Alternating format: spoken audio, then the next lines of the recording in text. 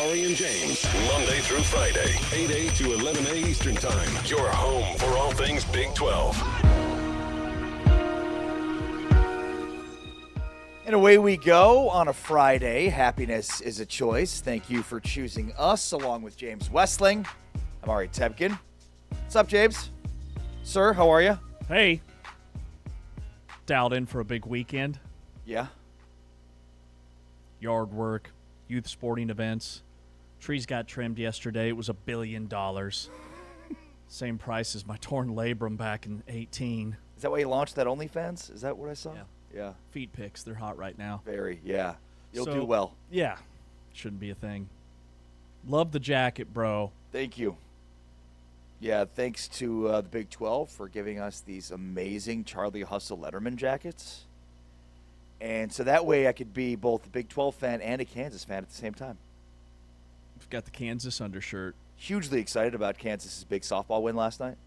Okay, tell me more. Big 12 tournament, Kansas, UCF. UCF already in, as we talked yesterday with our softball insider. Kansas gets the win, and maybe they're in. Perhaps, probably should be in now. We'll see what they do against Texas Tech. Should be a walk through the park for Kansas. So UCF was in. Kansas needed the win to be on the right side of the bubble. It appears, yeah. So I would say that's good for the Big 12. Yeah, right. More teams equals more fun, no doubt about it. We are, as always, presented by Modelo. Of course, Modelo full-time fan, rule number 67. Cheers to you, Modelo full-time fans, and cheers to list season, which means we are close enough to the season to have lists, James. It's a good way to look at list season. List season's maybe my favorite season outside of the actual games themselves. There's I winter, love a good spring, list. summer, fall, and list. And there are so many publications that are putting together some fantastic lists, and I like to debate the lists. I like to go back and look at where they were wrong from the previous list season. Because for the most part, I feel like, sure, we've had some swings and some misses, but we've also had some big hits, I would say, in the last couple of years, just in terms of who we think are going to finish above where their preseason ranking is, where teams might finish below their preseason ranking. Sure, we had some misses last year, but we also had some schools that we hit on. You were all over Oklahoma State really struggling. I remember that during our weekly pick'em. I don't think anybody thought they'd be as bad last year as they were. People thought, oh, the year before was just a one-off, Mike Gundy, they'll be in a bowl. And then we hit on Houston. I had Houston ranked, I think, in the top 7 of my preseason last year. They had a breakthrough year. So as we kind of go through these newcomer series and these top 5 players at each position series, we get a really good sense of who the major players could be this football season. Yeah, we're going to be looking at the top 5 tight ends heading into the 2026-2027 season. It's an interesting list, and probably could include some pretty highly recruited players as both true freshmen and even sophomores that are expecting to have breakout years. Hint, hint, wink, wink, perhaps. So we'll get into that coming up. This is a Fanatic Friday, and of course, we start with the instant headline with our instant reaction to the news that was official yesterday. The NCAA tournament will expand to 76 teams. James, we knew this was coming. There's been years of discussion on this, and it was formally approved. The NCAA tournament, RIP to the first 4 era, and welcome to the opening round era, which instead of including 2 days of doubleheaders, now includes basically a separate 12-game, 24-team bracket that feeds into the normal 64-team bracket. So there's going to be a bunch of extra play-in games, is the way that opening round, James. Oh, excuse me. RIP to the play-in, the first 4 era. Opening round, which already the play-in games feed into what is considered the second round, which I've never liked that. Yeah. Like you go look on College Basketball Reference or how far a team advanced. They lose in their first game, but it's considered the second round, and it always throws me off. But this is a huge, monumental moment for college basketball. I mean, it's the largest tournament shift, expansion, movement since 1985. So we're talking about the last 40 years plus. Which, by the way, the 85, that's basically considered the modern era of college basketball, the NCAA tournament. The most recent change from 64 to 68 was in 2011, but that was still only 4 teams. Gosh, that was 2011? Yeah. So that was 15 years ago. That feels like yesterday. Yeah, true.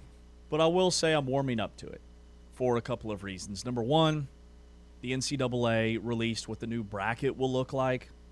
It's not as different as I thought. It's just a bunch more of these opening round games on your bracket. They're still going to start with a traditional 64-team bracket.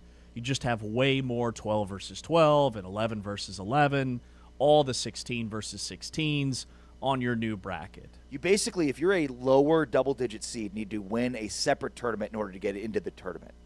This is actually really good news for the Big 12 because, one, it opens up more opportunities for Big 12 teams, but also it makes it harder and harder, I would argue, for upsets to happen to the Power 5 teams. Mm-hmm.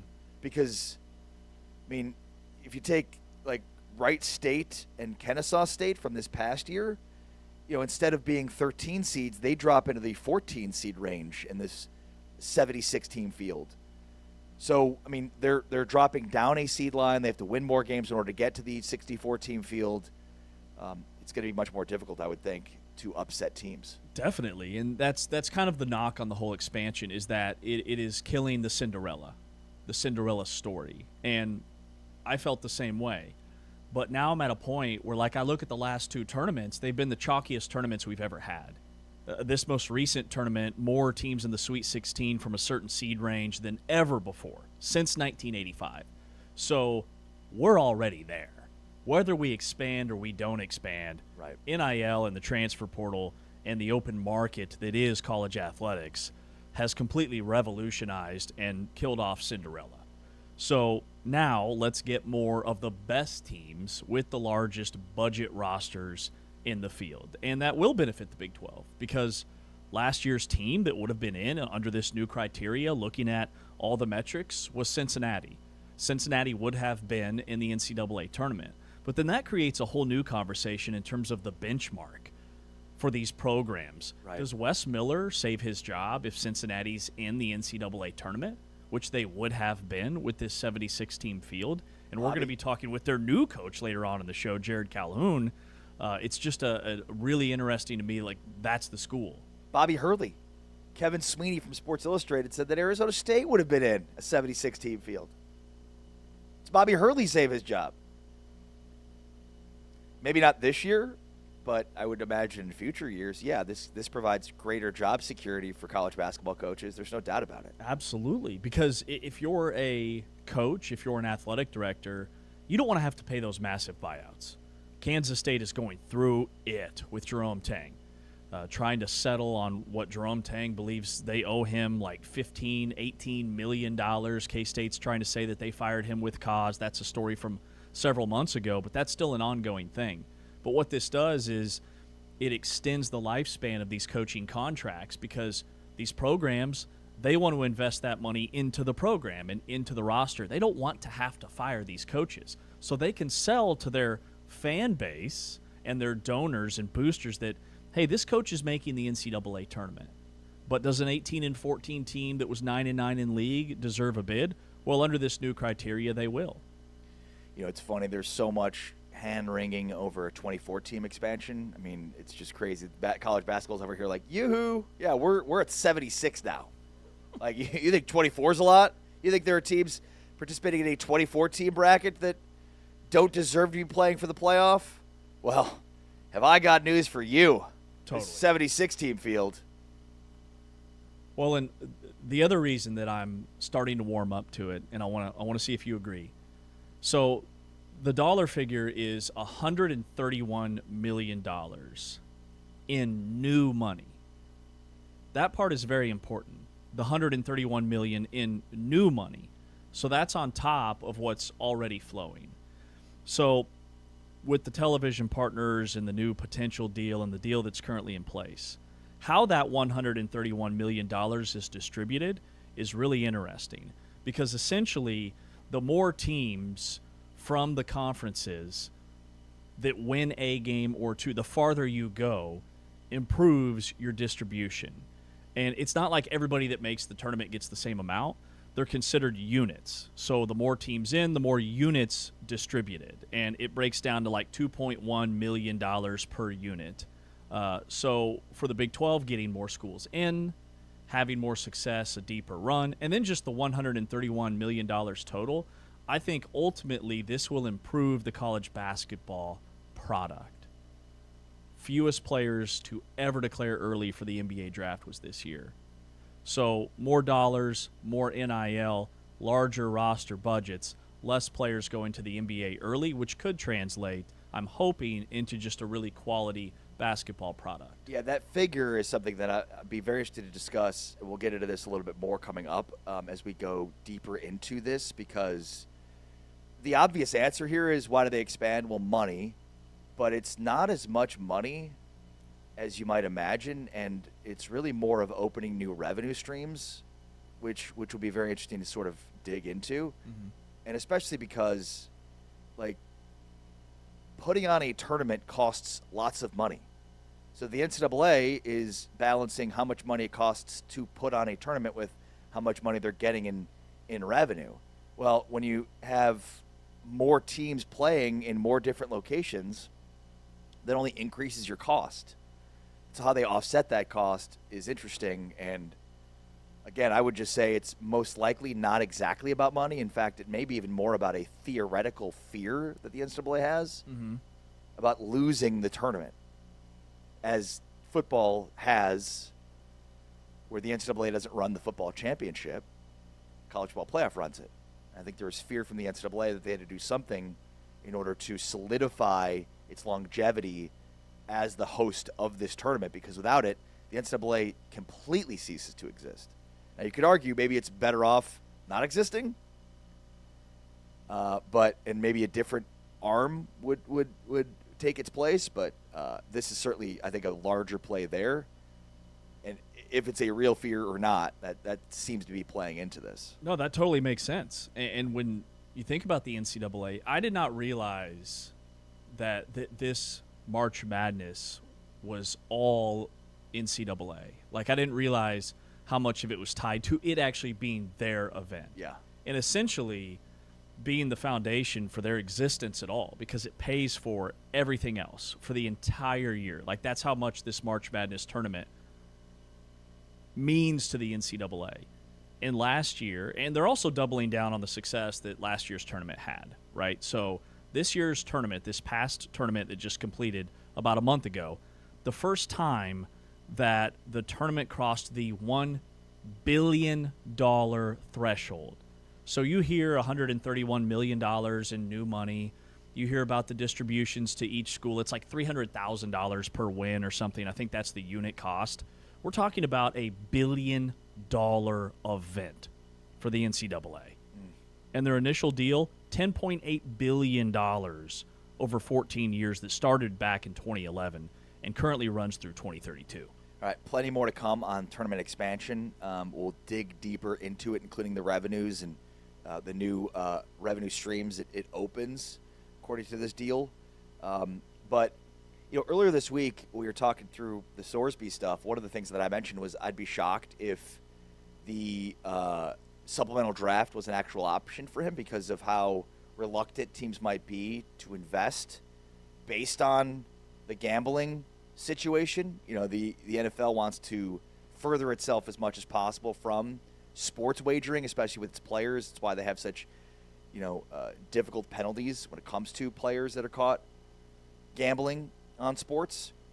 But Tony Grossi, who's a longtime reporter for the Cleveland Browns with ESPN Radio in Cleveland, WKNR, had a video where he basically said not only are the Browns doing their diligence on Brendan Sorsby, but his actual quote in reporting was the Browns and other NFL teams are doing their homework on Brendan Sorsby.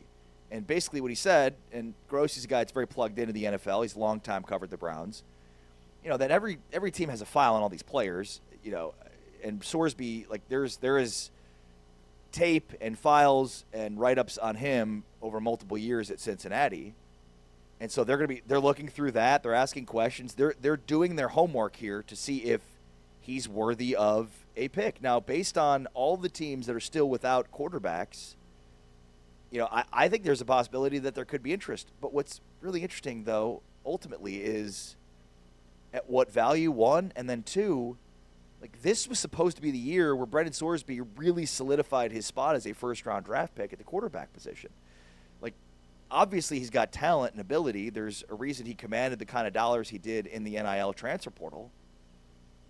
But I think it's also obvious that the way things finished the last two seasons at Cincinnati have you asking questions. So this season was an important data point that NFL teams don't have access to right now and may not, which is why I think Sorsby is really pushing to try to play this season for Tech in order to have some of those data points on the record so that he could up what he could receive as a first-round draft pick. Especially when you look at the amount of talent that he would have around him. Okay. He played behind arguably the best offensive line in the Big 12. Cincinnati was one of two Big 12 schools that were up for the Joe Moore Award. So they had a really elite offensive line, but something just wasn't clicking offensively. Their offense went stagnant towards the back half of the season. At Texas Tech, he's going to have a massive offensive line. He's going to have 3 NFL caliber running backs, and he's going to have about 5 NFL caliber receivers. So if the recent trajectory of when Texas Tech players transfer to Lubbock, they improve their draft stock. That's what he was counting on. And for him, that would be a second or third round pick to a first round pick. I didn't realize how much NFL scouts love his arm talent. Like, they love his physicality. They love the arm strength. He's fairly accurate. All things that, like, the raw. He's mobile, got good speed. And, like, those raw things that are just athletic, God-given talent he has. I think somebody's going to take a flyer on it with the supplemental draft. You know, Todd McShay says he's a first-round talent. So if he's a first-round talent and you're likely giving up like a second or third-round pick in 2027, that's a win. Terrell Pryor entered the 2011 supplemental draft. He had like a 5-game NFL suspension. This one's obviously a little bit more complicated. But I was trying to think, like, have we seen anything like this before? It's been a minute, for sure. Imagine telling somebody in 2011, based on Terrell Pryor having entered the supplemental draft because of tattoos, that we would throw Terrell Pryor's name in the discussion, talking about a quarterback that is bet on his own team at one point. What? Yeah. Sorry, what? Make it make sense. A quarterback that's commanding $6 million in the open market was found out to be betting on his own team years ago. We were like, what? Tattoos? He trade up tattoos? Yeah, and wasn't like part of that, some of the players were selling like their own gear? Yeah. That they got busted for that? And now there's theplayerscloset.com, which is a website where players very publicly sell their gear to generate revenue. Imagine that. But the other thing that I think Sorsby has helping him is, like, and you touched on this just a moment ago, I think it's an excellent point. The NFL at the quarterback position is not great, to put it lightly. No, totally. It's a perpetual treadmill of teams that have not found the answer at quarterback. The Tom Brady, Peyton Manning, Drew Brees, Big Ben, all of those guys retired right around the same window. Thought Aaron Rodgers would be part of that, but he's somehow, some way still in the league. But the next wave of quarterbacks, I think, is still TBD. Like Jordan Love, he had a really good year. Lamar Jackson has won an MVP. You know, Drake May's only 23 years old. Joe Burrow's been in and out of the lineup with injury stuff. Sam Darnold just won a Super Bowl, for goodness sakes. So, like, the window is very open right now. Yeah. In terms of finding that next franchise quarterback. That's a great point. I mean, who's the former Oregon quarterback with the Chargers, whose name? Justin Herbert. I mean, certainly question marks about him. I mean, Jalen Hurts won a Super Bowl, and then last year he's like 16th in the league in quarterback rating. Josh Allen's really good. Caleb Williams had a really good year last year. But you're right. I mean, there's lots of unknowns with these young quarterbacks. And then on top of that, there's a bunch of teams that are still looking for an unknown at the young quarterback. So I think there's a market for him just based on the fact that he was a highly sought-after quarterback in college football. And even though there's certainly question marks, and this year was supposed to be an important data point, I could absolutely see the supplemental draft being an option for him, which is something earlier this week I just thought wouldn't be the case. That's James Westling. I am Ari Tepkin. This is Big 12 Today on Big 12 Radio, presented by Modelo.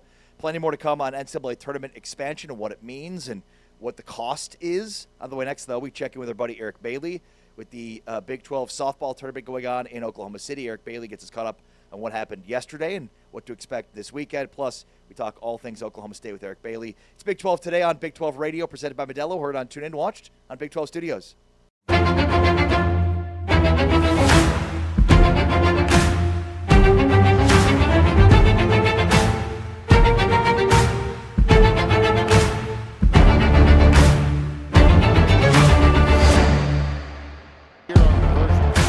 Jackson's in trouble now. David Bailey, he is a sack machine. Third and 8.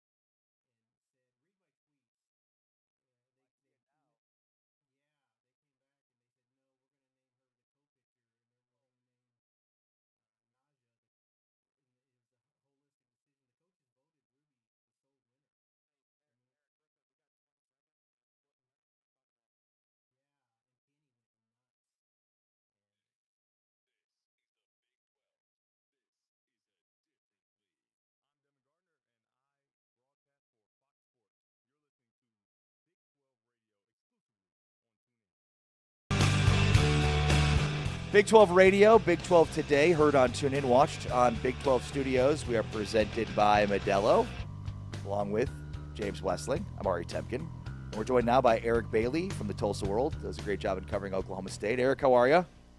I am doing fine. How are you guys doing this morning? It's Friday. Yeah, exactly. We're doing very Weekend's well. here. Weekend's here. And the weekend, of course, in Oklahoma City with the Big 12 softball tournament action last night and into this weekend. Before we get into some of the theatrics off the field, Eric, observations from the opening round of the Big 12 softball tournament. You know, it's at Devon Park, and it's the mecca of college softball. I always enjoy being there. College softball, hey, I have a special place in my heart for softball. I coach my daughter's travel ball team. She's a junior in high school, and Wow. Softball has always been a big part of my life. And in fact, we got a tournament this weekend, so I'm balancing covering softball and coaching my daughter's travel ball team in a softball tournament in the Oklahoma City area. So I'm balanced. It's a balancing act for me. And so I love softball, and getting to cover softball at Devon Park has been a part of my life for the last 10, 15 years. And anytime you go to that park, it's special because you always know that you get to go there for the College World Series. And it was a fun place last night. A lot of OSU fans in the park, in the stadium, and I just love walking in that stadium. It's so special, and I got to see some good softball last night. Oklahoma State with a 7-0 win over Utah. Ruby Malin with a one-hitter. She took a no-hitter into the seventh inning. So just a fun atmosphere. Sometimes this job, it doesn't feel like a job. And last night, of course, anytime I go to a softball game, it doesn't feel like a job. We got to watch some good softball last night. Eric, did you catch Arizona State and Arizona, a 2-1 win for the Sun Devils? And can you preview the Oklahoma State-Arizona State game that'll be at 7 o'clock Central tonight? You know, unfortunately, I wanted to get home because they had the late game. Totally get it. Oklahoma State had played at 5, so I snuck out of there a little early. It was 1-1 when I left. I left, I think, in the fourth inning and got back on the road to come back to Tulsa. So I was on the turnpike from Oklahoma City coming back, so I missed out on the finish. But I can say it's going to be another tough game for the Cowgirls. That's going to be an interesting game and a neat matchup. Arizona State's they're all going to be good. And when you get to this, the Big 12 softball is so good. And I know it's going to be a really good game tonight, 7 o'clock first pitch. And I'm looking forward to it. I'm kind of curious how Oklahoma State's going to fare against them. That's a neat matchup. Arizona State. We knew it was going to be a rivalry game last night, and there were a lot of fans. To come to Oklahoma City to have that matchup in Oklahoma City. I was impressed with the fans in the stands, and it was a neat postseason game. I was sitting in the press box writing my OSU story, and it was loud. So I'm anxious for tonight's game. I really am. Yeah, 2 games, 2 semifinals tonight. Kansas, Texas Tech, that's actually 3 o'clock Central, and then Oklahoma State, Arizona State.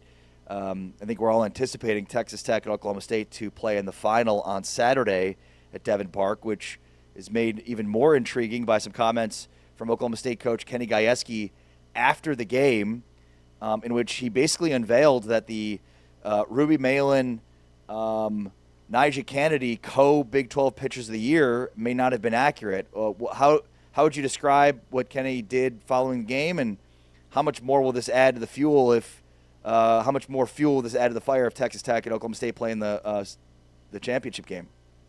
You know, this was really interesting, guys. Earlier in the week, on Wednesday, the Big 12 announced their specialty awards, and we had a feeling that Ruby Malin would have a good shot at pitcher of the year just simply because she's had an outstanding conference season, and even out of conference, she beat Oklahoma and Texas. And I had a feeling she'd win pitcher of the year. And on Wednesday, the league announced she was co-pitcher of the year with Nyjah Kennedy, which that's you got to be impressed. Kennedy's such a good pitcher.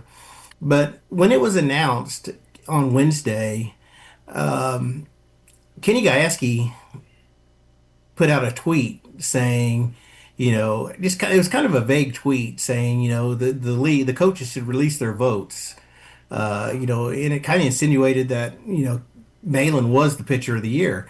And he got a lot of flack for that. Everyone wondered why, well, where'd that come from? She's the co-pitcher of the year. And he said that Malin was the pitcher of the year. And of course, a lot of Texas Tech fans said, hey, come on now, Kennedy. They thought, Kennedy should be pitcher of the year. Why are you saying this? They kind of disputed why was Malin even considered a co-pitcher of the year. Last night, Gajewski was asked, why did you say that? Can you kind of add some content to that? And Gajewski was upset. Gajewski said on Tuesday or Wednesday, his program received a note saying that Malin was told by the Big 12 that she was the pitcher of the year. And then a few hours later, he said Oklahoma State received an email saying that Gajewski was the co-pitcher of the year with Kennedy. Hours later, it changed from pitcher of the year to co-pitcher of the year. And of course, he was upset, wondering why was there a change made.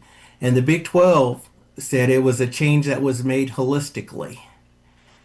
And Kenny was saying, well, the coaches voted on this. Of course, the coaches vote on these awards. And it was a decision, Kenny said, was made by the Big 12 Conference. And Kenny wonders, will the coaches vote on the award? How can that change be made? Why are we voting on this award? How can the conference make this change? And that's why Kenny said that's why he wants the coaches' votes made public. He said the mention of the word holistically wasn't on my coach's ballot.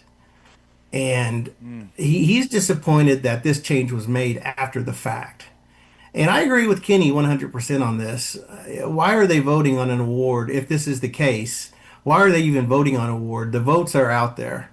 And on my Twitter account at Eric Bailey TW, I have his whole statement about this. And he made sure the first thing he said is, I don't want to take anything away from Nyjah. She's a great pitcher. I recruited her. He even mentioned that when she was making her initial college decision, it came down to Stanford and Oklahoma State. And of course, she went to Stanford. He has a lot of respect for Nyjah, and he'd say he would if the case was Nyjah pitcher of the year and they added a co-pitcher to Nyjah's award, he'd fight for Nyjah in the same way he's fighting for his player. He's fighting for Ruby. He says it's just not fair to make a decision to take away from what the coaches voted for and to add a co-pitcher. So Kenny was very upset at the Big 12 conference for taking away what he thinks is, rightfully his player's award and adding a co-pitcher. After the game, I wrote this, me along with other Oklahoma State beat writers wrote what Kenny wrote. I sent an email to the Big 12 conference asking for a statement because I would like a statement to ask how this happened. I still haven't heard from the Big 12 conference yet. But Kenny was not happy with what occurred. And on top of that, we got to see Ruby Malin go out there and throw another complete game, throw a one-hitter. She gave up a hit in the seventh inning to lose a no-hit bid.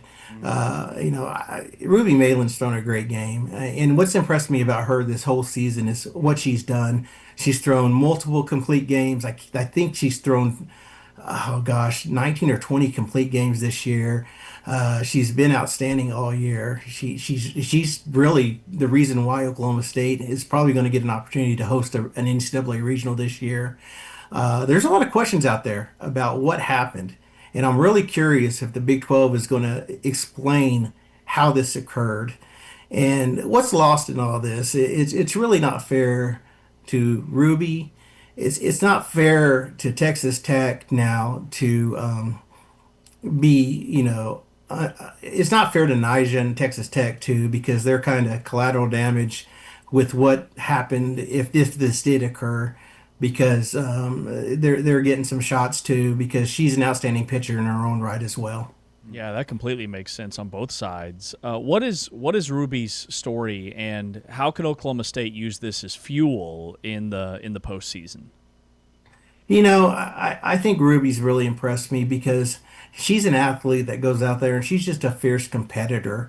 What's impressed me is that and we've talked about this all season with Kenny, is it's not just on the field and just her dominance on the field, it's off the field. She really takes care of her body. She really understands that she really needs to be at her best when she enters the circle. She's a person that needs to go in there, and she's well rested. She really monitors her sleep patterns. It's amazing. She will make sure she gets 8 hours of sleep and every night, and she maintains her diet. She won't go to the training table because she wants to make sure she knows what she's eating every night. She it's almost really crazy what she pre-makes her meals because she wants to make sure she knows what her meal plan is. And between innings, she has she says she has like a little diary. She chronicles what she's feeling during games. And before the Oklahoma game, during the sixth inning, in between the sixth and seventh inning of the Oklahoma game, when she was in the circle, she knew she had a lead, and she was talking to a team therapist in the dugout, talking about how she was going to approach the seventh inning. This is a young lady that is really in the right mindset, both physically and mentally, how she prepares for each time she pitches. And that's really impressed me, the mental approach that she has to softball. And then physically, what she did to improve her game this year is she really added a strong rise ball to her repertoire, as well as a changeup. She's always had a really good drop ball, and that was one of her go-to pitches last year. Well, this year she's added a really good rise, and it's really kept batters off balance, and it's really made her more dominant in the circle. And that's really impressive. And Kenny Gajewski said that she's only going to get better, even though she's a senior. This is her last year pitching in college. He really thinks her best years are still to come. She wants to throw at the next level. And Kenny says that her best years are years 2 or 3 or 4 years down the road, because she can only get better. She's really a late bloomer, and I think Oklahoma State's fortunes in the postseason beyond the Big 12 tournament really ride on what she can do, and she's really going to carry this team the rest of the month. And she understands that, she embraces that challenge, and I've just really been impressed with her, and we'll see what happens in the next couple of weeks. Eric Bailey, Tulsa World. Eric, thank you so much for your time as always, man. Be well, and have a great softball tournament this weekend. All right, you guys. Thanks for having me on as always, and you guys have a good weekend, okay? Thanks, Eric. Thank you. Eric Bailey joining us from the Tulsa World. Does a great job in covering Oklahoma State. Longtime contributor to Big 12 Radio. Look, you can't blame Kenny Gajewski for going to bat for his pitcher. And especially, look, Nyjah Kennedy is a huge name and the face of Big 12 softball. So he's just trying to vouch for his girl, his pitcher, who's had a dominant year. And it does put both programs in a complicated situation, because if I'm Texas Tech, if this was a miscalculation or whatever actually happened, again, the Big 12 hasn't released a statement, but I don't want that smoke if I'm Texas Tech. I don't want that distraction, right? So this fuels Oklahoma State, huge game for them against Arizona State tonight, and Texas Tech is very much trying to stay focused on the mission that they have in front of them. Only two teams shut out their opponent yesterday, and it was Oklahoma State and it was Texas Tech. They both won 7-0. Texas Tech beat Baylor. They still have not allowed a run in the last two Big 12 softball tournaments. It's incredible. It's now 33-0. Wow. How they've outscored their opponents the last 2 years. Texas Tech at Kansas at 3 o'clock Central today in the semifinal, and then Oklahoma State and Arizona State. Arizona State with the surprising upset of the 3-seed Arizona. They'll play at 7 o'clock tonight for the right to play in the Big 12 Softball Championship at Devon Park in Oklahoma City. All right, with James Westling, I'm Ari Tepkin. This is Big 12 Today on Big 12 Radio. More on the big story of the day today, which is the expansion from 68 to 76. Do you like it, hate it, feel indifferent? Plus the financials. That's next. It's Big 12 Today. Last time they played, Johnson throwing the ball, and it's tipped up and intercepted on the deflection. What a pick. Xavier Alford came in from nowhere and picked it clean after the pass was broken up. Second and 3. Play action. Morton knocked away.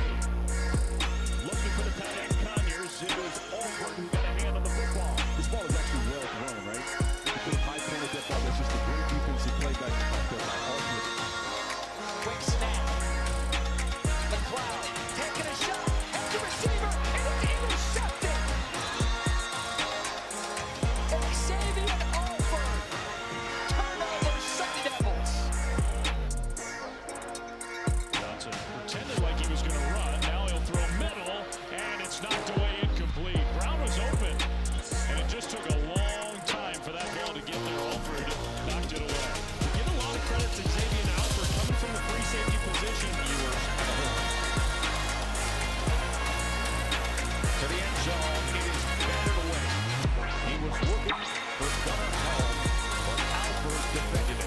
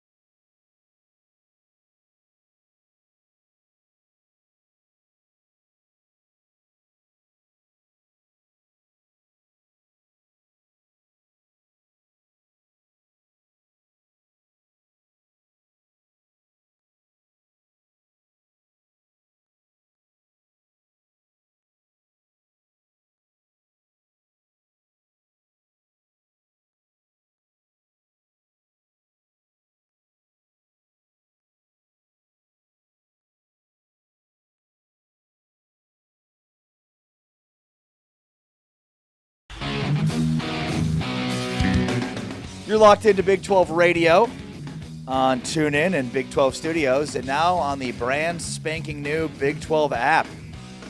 Download the Big 12 app, which you can get breaking news, scores, and of course Big 12 Radio, all a part of the best access to the best conference in America.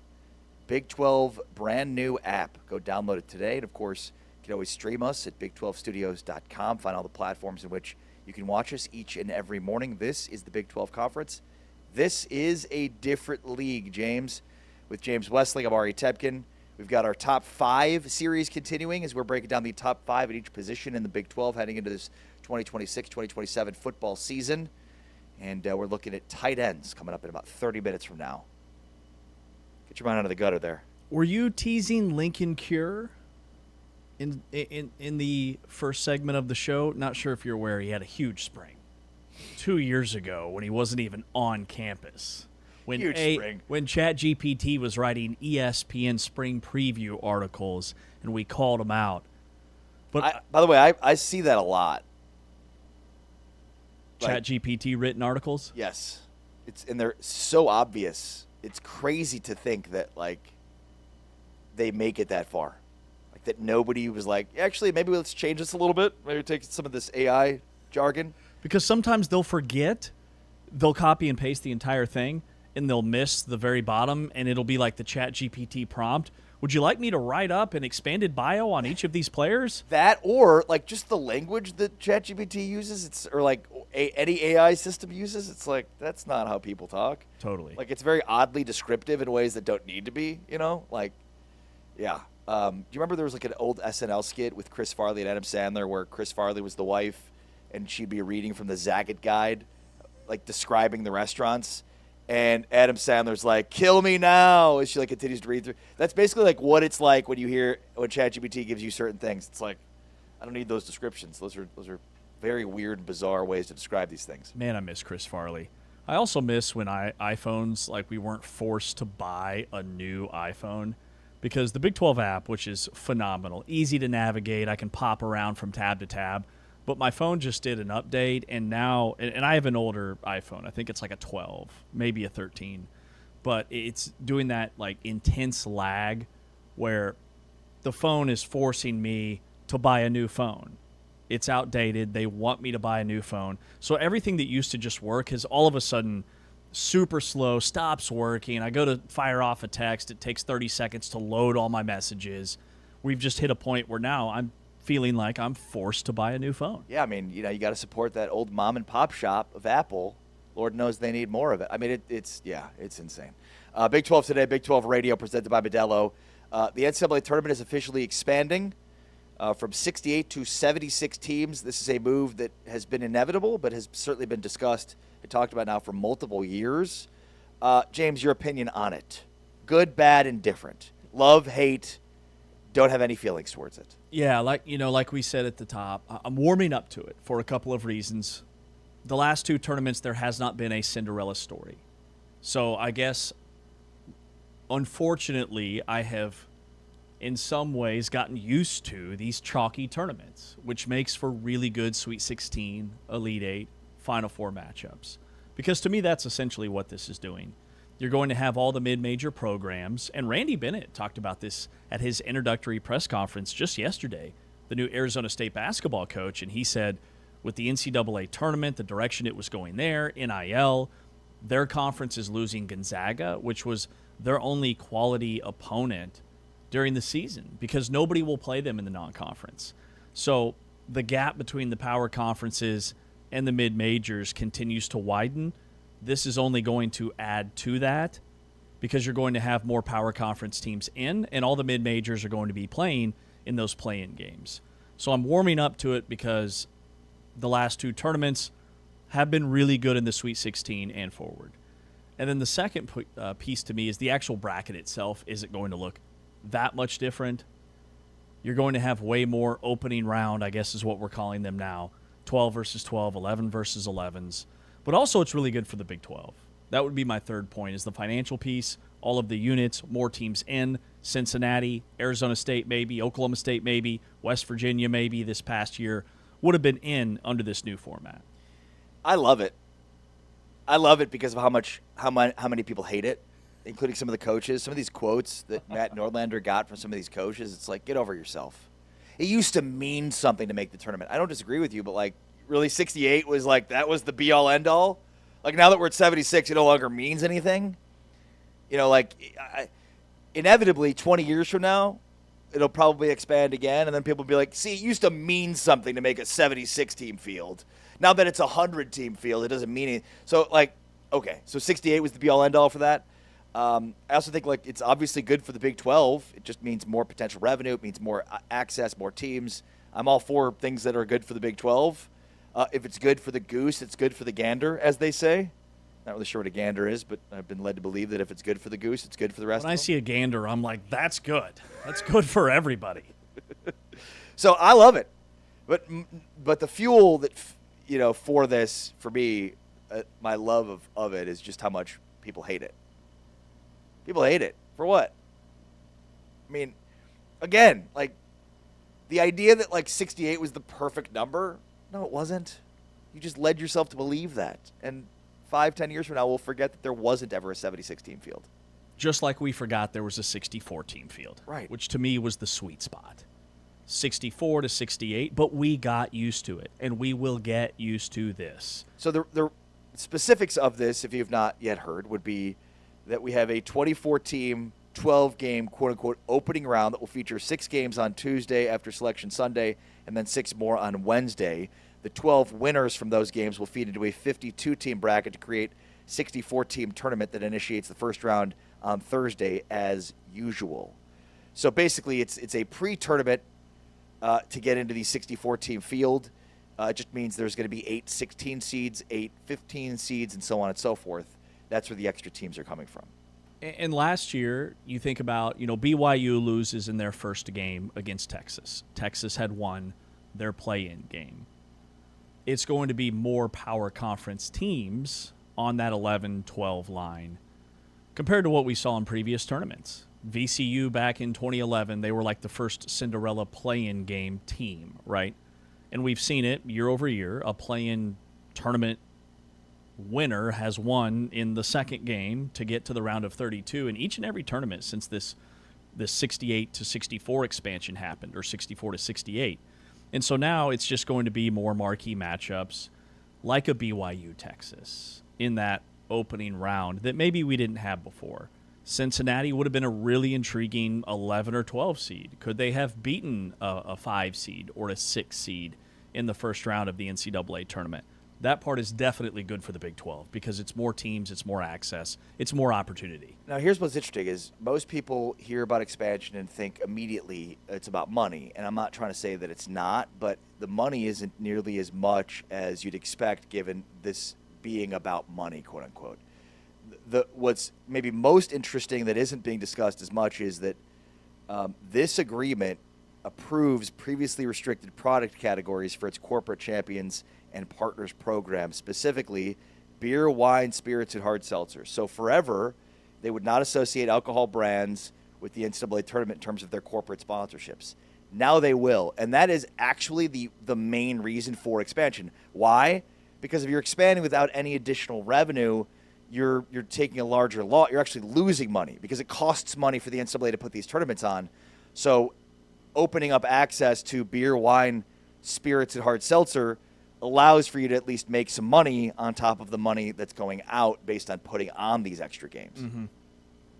That is, to your point, the number one thing that's getting overlooked. Because sure, it opens up more advertising space because you have more games, so there's more space on CBS and TNT and other broadcasting partners. But a lot of that $131 million number as new money, that is a projection based off of what current ad space is going for, future ad space, and then the fact that the alcohol deal is the real engine behind those sponsorship opportunities. And in the NCAA tournament, and I didn't really understand how all of this worked until now, so for every game that you win, that is a unit. A school gets paid out $350,000 for each unit. So if you make a Final Four run like Arizona did, that's 4 or 5 units. At today's rates, which are only going to increase, that's $10, $12 million flowing to those schools and those conferences over the next 5 or 6 years. That's a lot of money. Yeah, you're exactly right. Any other thoughts of the bracket and teams that might have been in based on a 76-team field? The bracket's fine. I mean, it's still going to look the same way with just way more opening round play-in games. But I would say Cincinnati is the number one team that comes to mind in terms of would have been in the field. But also, like, remember when the NCAA first started floating out the idea that the tournament was going to expand? The thought process and the main selling point was more mid-majors in, more teams that won their conference during the regular season but didn't make the NCAA tournament. And now all of that has been thrown by the wayside. It's all about the power conferences. It's all about the 18 and 14 teams from the Big 12 and the Big 10 and the SEC and the ACC. Those are the teams that are going to be in, which we always kind of felt that way, but now to actually like hear it out there to where, sorry, mid-majors, like it is what it is. Sure, it's more revenue potentially for your conference and your school if you can win a game in the NCAA tournament against another mid-major. But in terms of how many teams are going to get in the field that aren't from the power conferences, that's going unchanged. Yeah.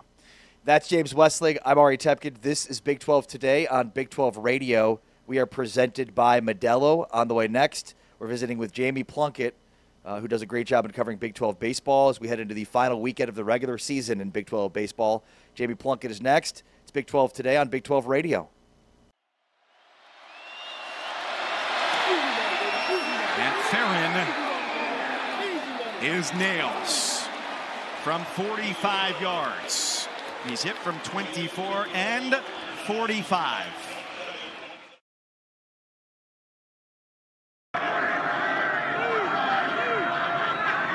Farron from Kaysville, Utah. He hits this one well. Does it have the distance? Yes, it does. Banged it through the uprights into the net. Points on the board for BYU heading into the locker room. New PB. New personal best. You blitz. Will Farron 1 for 2. He missed from 36, made from 50, and now he is made from 41.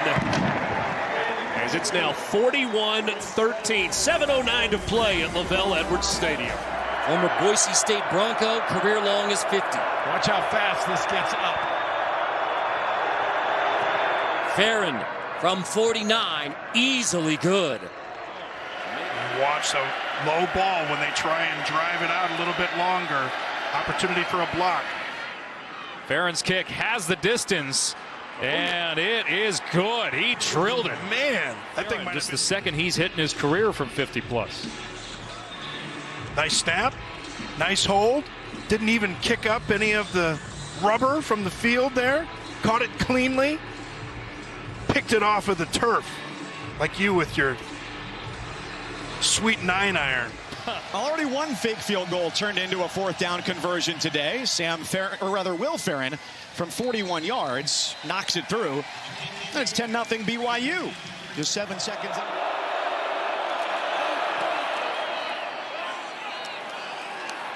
And Farron drills it.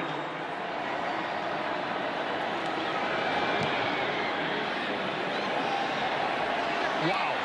He absolutely smoked that football at the gun to make it 20-0 BYU. A near perfect half for the Cougars. And Farron is nails from 45 yards. He's hit from 24 and 45.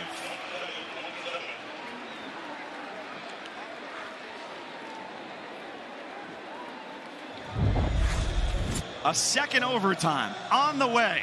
He's got to settle in and deliver the ball. And he needs a field goal from Will Farron, who has hit from 56 this year. A bit of a high snap, but Farron drives through it and knocks it home. BYU is within 7 with all that's gone poorly. That was right there. Will Farron from 52 yards out. Field goal try. And the kick is up with plenty of distance. It is good.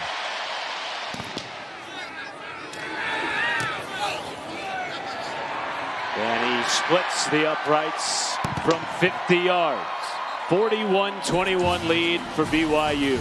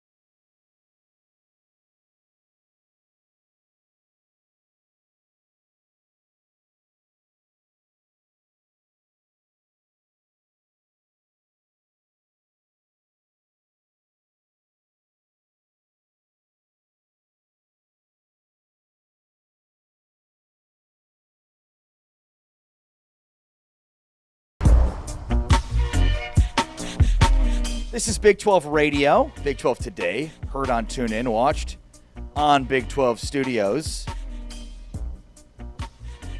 And our Friday Big 12 Power Hour features our newcomer series, taking a look at the top 5 newcomers specialists into the Big 12. We did a deep dive earlier this last month, taking a look at each and every Big 12 newcomer, and you can catch that in our Big 12 Power Hour, heard today and every day on Big 12 Radio on TuneIn. Just hit the TuneIn app and make sure you're listening each and every morning from 7 to 10 Central, 8 to 11 Eastern Time. And our Power Hour featured at 1 o'clock Central and 3 o'clock Central. We'll also have our interview, which you can catch live later on today, with Jared Calhoun, the new Cincinnati basketball coach. It's all part of our Friday Big 12 Power Hour. All right, let's talk a little Big 12 hoop, Big 12 baseball with Jamie Plunkett from Base 12 Sports. What's going on, Jamie? How are you? I'm great, Ari. How are you, man? Doing very well, thank you. Always appreciate your time and excited for you to join us on this Friday, the final weekend series of the Big 12 regular season. So tell us what's at stake here. Well, quite a bit. You know, you've got the top 2 teams in the conference facing off this weekend in Kansas and West Virginia, and that's really going to determine, you know, whether anybody has the ability to catch up with the Jayhawks, because Kansas currently leads West Virginia and Arizona State by 4 games. Obviously, 6 Big 12 games left to play. So West Virginia really needs to take all 3 of these to have a real shot at earning at least a share of the Big 12 regular season title. It feels, though, like it's almost inevitable at this point that the Jayhawks are going to take it. I know you're really happy about that. What do you think that comes down to, that series? I think it's going to come down to pitching. You know, with the Jayhawks, the way that they've been rolling the last couple of weeks, they've started to solidify their weekend rotation, and that's helped them create some of this space. With West Virginia, the questions about Chanson Cole and Dawson Montesa in that rotation have not really been big questions, but there's been a little bit of inconsistency there that has allowed a couple teams to rise up and catch the Mountaineers at times.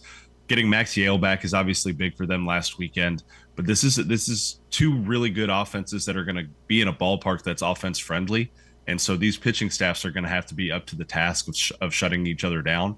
And I think at this point, I'm going to kind of give the slight edge to the Jayhawks in that regard. Jamie, how many tournament teams do you think there will be in the Big 12? And I guess what's at stake over these next couple of weeks in terms of teams that are on the bubble? Yeah, that's a great question. I think at this point we can say that 6 are probably in, and the 7th one right now would be TCU. You know, they're slumping a little bit. They just got swept by Oklahoma State. 51 is their RPI coming into this weekend, which is not good. And sitting there 7th in the Big 12, you're kind of looking at the Horned Frogs and saying, okay, this is probably kind of where the cut line exists for the Big 12. Everybody ahead of them, Cincinnati, Oklahoma State, UCF, Arizona State, West Virginia, Kansas, all seem to be pretty safely in at this point, all over 30 wins, except for UCF, but they've got 15 Big 12 wins.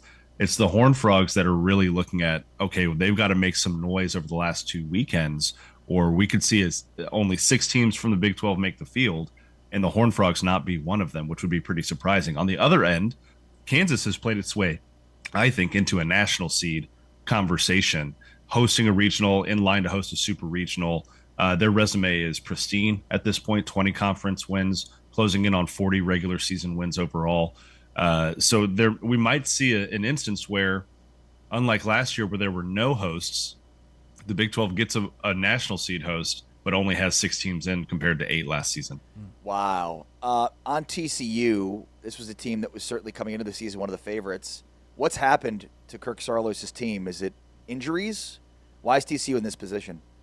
Yeah, you can credit injuries a little bit for that, but I think a team like TCU, you would generally assume that the depth is a little bit more capable of sustaining some injuries. Now, losing your Friday guy is losing your Friday guy. You don't have multiple of those on your roster typically, but we've seen other Big 12 teams overcome losing their Friday night guy at times this year. UCF has done it. West Virginia has done it. Even Oklahoma State, who lost Hunter Watkins before the season even began and then lost Hudson Barrett midway through the year, has done it a couple of different times this season. So the Horned Frogs, it is injury related to an extent, but really it's an execution from the guys that they needed most. Sawyer Stroh-Snyder had a pretty rough April The guys around it. Noah Franco is hitting 220 this year and hasn't pitched very well. A lot of these guys who they were expecting to lean on this season to get where they wanted to go just haven't performed over the last month or so of the year, and that's really kind of held them back. Jamie, in terms of, Oklahoma State is surging, Cincinnati is surging. Cincinnati has a ton of top 100 wins in the RPI. What stands out about those two teams and what's led to their late season success? I think for both of them, you've seen some of the young guys on the roster really start to grow up a bit. For Cincinnati, Enzo Infelice is one of my favorite freshmen in the Big 12. He, I think, has a legitimate chance to be Big 12 Freshman of the Year. And it's not often that you look at a roster that has a veteran catcher like Jack Natili and say, oh, the freshman catcher is going to come in and make some noise. But he's really held down the DH spot well, has developed into a consistent middle-of-the-order bat for them, and he's played Bishop ball perfectly well. And Cincinnati has that unique ability to hit for power and also generate runs in a more traditional way. Nathan Taylor at the front of that rotation has been excellent. They've gotten some really good work out of the bullpen as well as of late. And then for Oklahoma State, they're getting healthy at the right time. Hudson Barrett came back a couple weeks ago, has been great in late inning roles. Noah Weck is another guy who's been lights out in high leverage situations. Mario Pesca has been phenomenal for them in a starting and a relief role. So the pitching has really supplemented what has been a dominant hitting lineup for the majority of the season. I mean, they're second nationally in home runs. They absolutely pounded TCU in that department over the weekend. So you've got a lineup that's really clicking. You've got a pitching staff that's getting healthy, and that's why they're catching some momentum right now.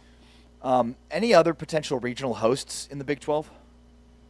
I would say West Virginia probably has the best path, maybe Arizona State to being a regional host. West Virginia could really make some noise in that department with the series win in Lawrence this weekend. And Arizona State, hosting Oklahoma State this weekend, I think they could probably make some noise as well. I would look at both of those teams as probably really strong 2 seeds at this point. It would take quite a bit, I think, not only with them winning, but with some other teams maybe dropping off here in the SEC to get them guaranteed to be a regional host. But, I think it's possible for one, probably not both. All right, Jamie, so the Big 12, let's say it is 6, and it was 8 last year. Is the strength of the conference at the top better than it was last year, or how would you compare the 2 seasons? It's a really interesting question. Looking to last season, yes, you had 8 teams in the field. You didn't have any regional hosts, but you did have a team reach Omaha in Arizona. Now, that team is at risk right now of missing the Big 12 tournament because of a lot of different reasons. But Kansas, West Virginia, Arizona State, I think is a legitimately strong Big 3 for this league. And then you look at what happened in the middle of the pack this year, especially with BYU and Utah, both taking really big steps forward. And I could make a pretty good argument, I think, that the middle of the Big 12 is actually stronger than it was a year ago, but they've beaten themselves up a little bit more. And when you don't have this particular line of delineation of saying, okay, once a team reaches X number of conference wins, they're pretty much guaranteed to get in the NCAA tournament, like you do in the SEC, right? They have 100% tournament pick rate once an SEC team gets to 13 conference wins. You don't see that in the Big 12. So there's this instance of, okay, well, maybe more teams are starting to get better, but that's actually hurting some of the teams that are typically guaranteed to get in the tournament because they don't have those guaranteed wins on the calendar anymore. What else should we know about Big 12 baseball heading into next weekend's tournament? And, obviously not every team gets in, so who's fighting for the bottom of that to even get to Arizona? Well, Houston's pretty much clear out of it at this point. They're the only one that I think is officially eliminated. Texas Tech and Arizona are the two battling for that 12th spot, that 12th seed. And it's going to be really interesting. Texas Tech got an important win last night against BYU. Arizona is facing an uphill battle this weekend. And, they host Houston, but at the same time, the Cougars are, playing for a little bit of pride. So I'll be interested to see who ends up getting that last spot, whether it's Arizona or Texas Tech. My money probably would be on Arizona right now, although I'm not much of a gambling man myself. And, other than that, really, it's just about how the middle of the pack sorts itself out. You've got Cincinnati and TCU both sitting there at 13-11. BYU just a half game ahead of Utah and Baylor for that 8th spot. We're going to see a lot of seeding issues kind of shake themselves out over the next 2 weeks, and that's going to determine, whether we see any rematches in Big 12 conference play and tournament play, or kind of define the paths for the top seeds to make it to the Big 12 final. Jamie, how does Kansas lock up Dan Fitzgerald, I should say, for the long term? And what stands out? He was a guest on our show last week. He was phenomenal. Just what stands out about him when you look at his profile? Man, he's an excellent guy. I had the chance to sit down with him a couple weeks ago as well. So they did sign him to a contract extension this past offseason. So that's step one, right? Lock him in long term, make the buyout competitive so that when an SEC or an ACC team comes calling, there's a financial challenge there for them. I think the second thing is how do you resource baseball at Kansas in a competitive way when it comes to Big 12 standards or even above Big 12 standards? Because Kansas football is on the rise, right? They're getting a ton of funding, getting a new stadium built. Obviously, we all know about Jayhawk basketball. That's never changing anytime soon. And so the landscape at Kansas specifically makes it really intriguing. Where do you sacrifice some things, or how do you ensure that baseball is funded competitively to keep a head coach of his caliber around? Now, he's I think, okay with not having all of the glitz and glam of some of the kind of blue blood programs in the country. You can just look at the guys that he's recruiting to the program and how hard he's hitting the JUCO ranks and helping that talent transition to D1. He likes a little grit and a little kind of that competitive edge. So maybe Kansas is the perfect scenario for him in that regard, where you kind of have to fight a little bit of an uphill battle for funding off the field and as well as on the field. But other than that, I mean, Kansas has really got a good track record of treating coaches well across sports. And so I think he's in a great situation right now. There will be phone calls coming this offseason as there were last year, but financially and contractually, I think he's in a good spot right now in Lawrence. Great stuff as always. It's fun to visit every Friday with Jamie Plunkett, who covers Big 12 baseball with Big 12 with Base 12 Sports and the Flyover League. Go check out that podcast and check out the great work that Jamie is doing with Base 12 Sports. Jamie, thanks for your time. We'll talk to you next Friday. Always a pleasure, fellas. Jamie Plunkett joining us here on Big 12 Radio. It's Big 12 Today, heard on TuneIn, watched on Big 12 Studios. Yeah, look, I mean, I feel decent about Fitzgerald in Kansas long term. We had him on. He talked about being incentivized, really wanting to build something and build something sustainable. And that's what he's doing, and it's what the opportunity has at Kansas. If he wants to coach in the best league and get an SEC job, there will be ones that will open this offseason and every offseason subsequently, right? I mean, so ultimately it will be a decision he's going to have to make. But I think what Jamie just said there, like, Travis Goff has quite the track record. I mean, the Big 12 softball coach of the year was Kansas's coach, a new hire by Travis Goff. He hired Dan Fitzgerald.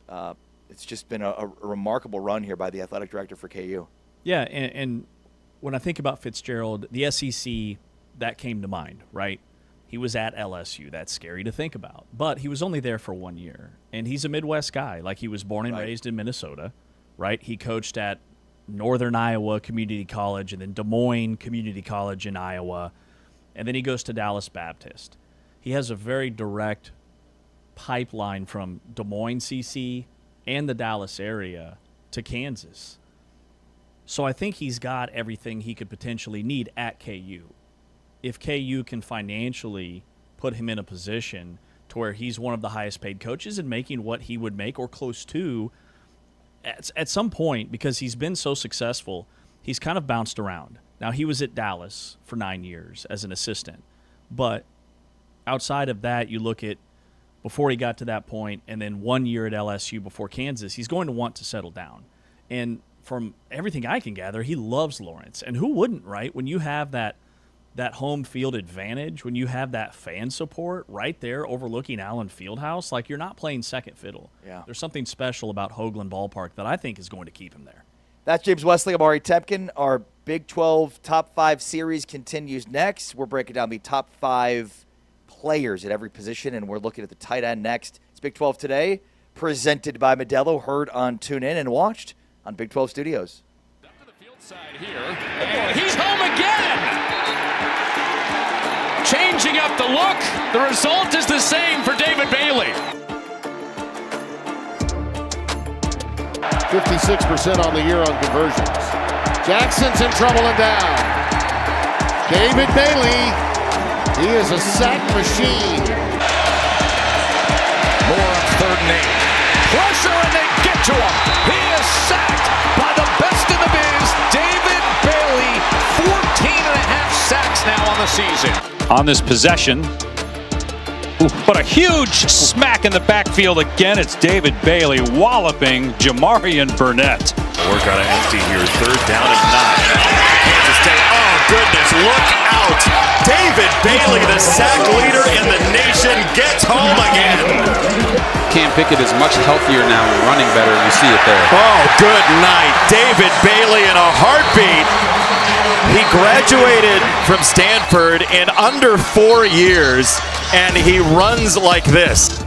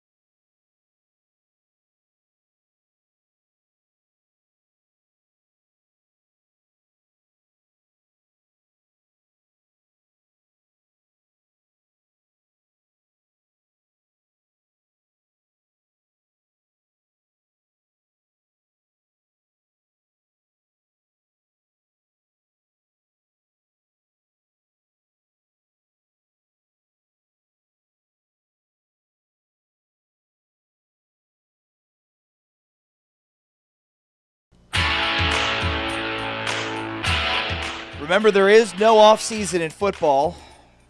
There's only research. It's a Modelo fan rule.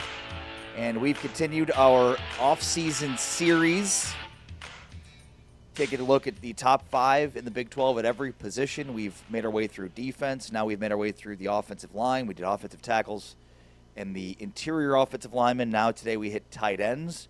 We'll round out the offensive series next week.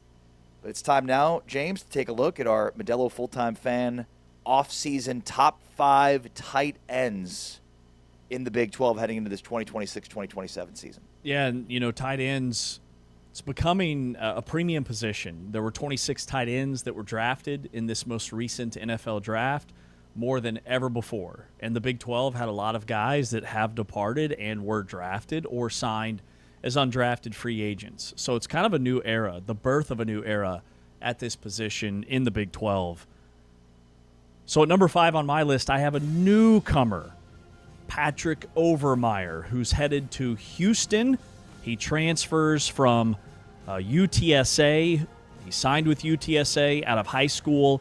He grew up and went to high school just 20 minutes from the Houston campus. So he's back home. Only played in 5 games his first season at UTSA. Then he had a breakthrough year 2 years ago and followed it up with 5 touchdowns. He was second among tight ends in the American Conference in his Pro Football Focus offensive grade. He had double-digit receiving yards in 6 consecutive games to close the season, stepping into some massive shoes with the departure of Tanner Koziol off to the NFL.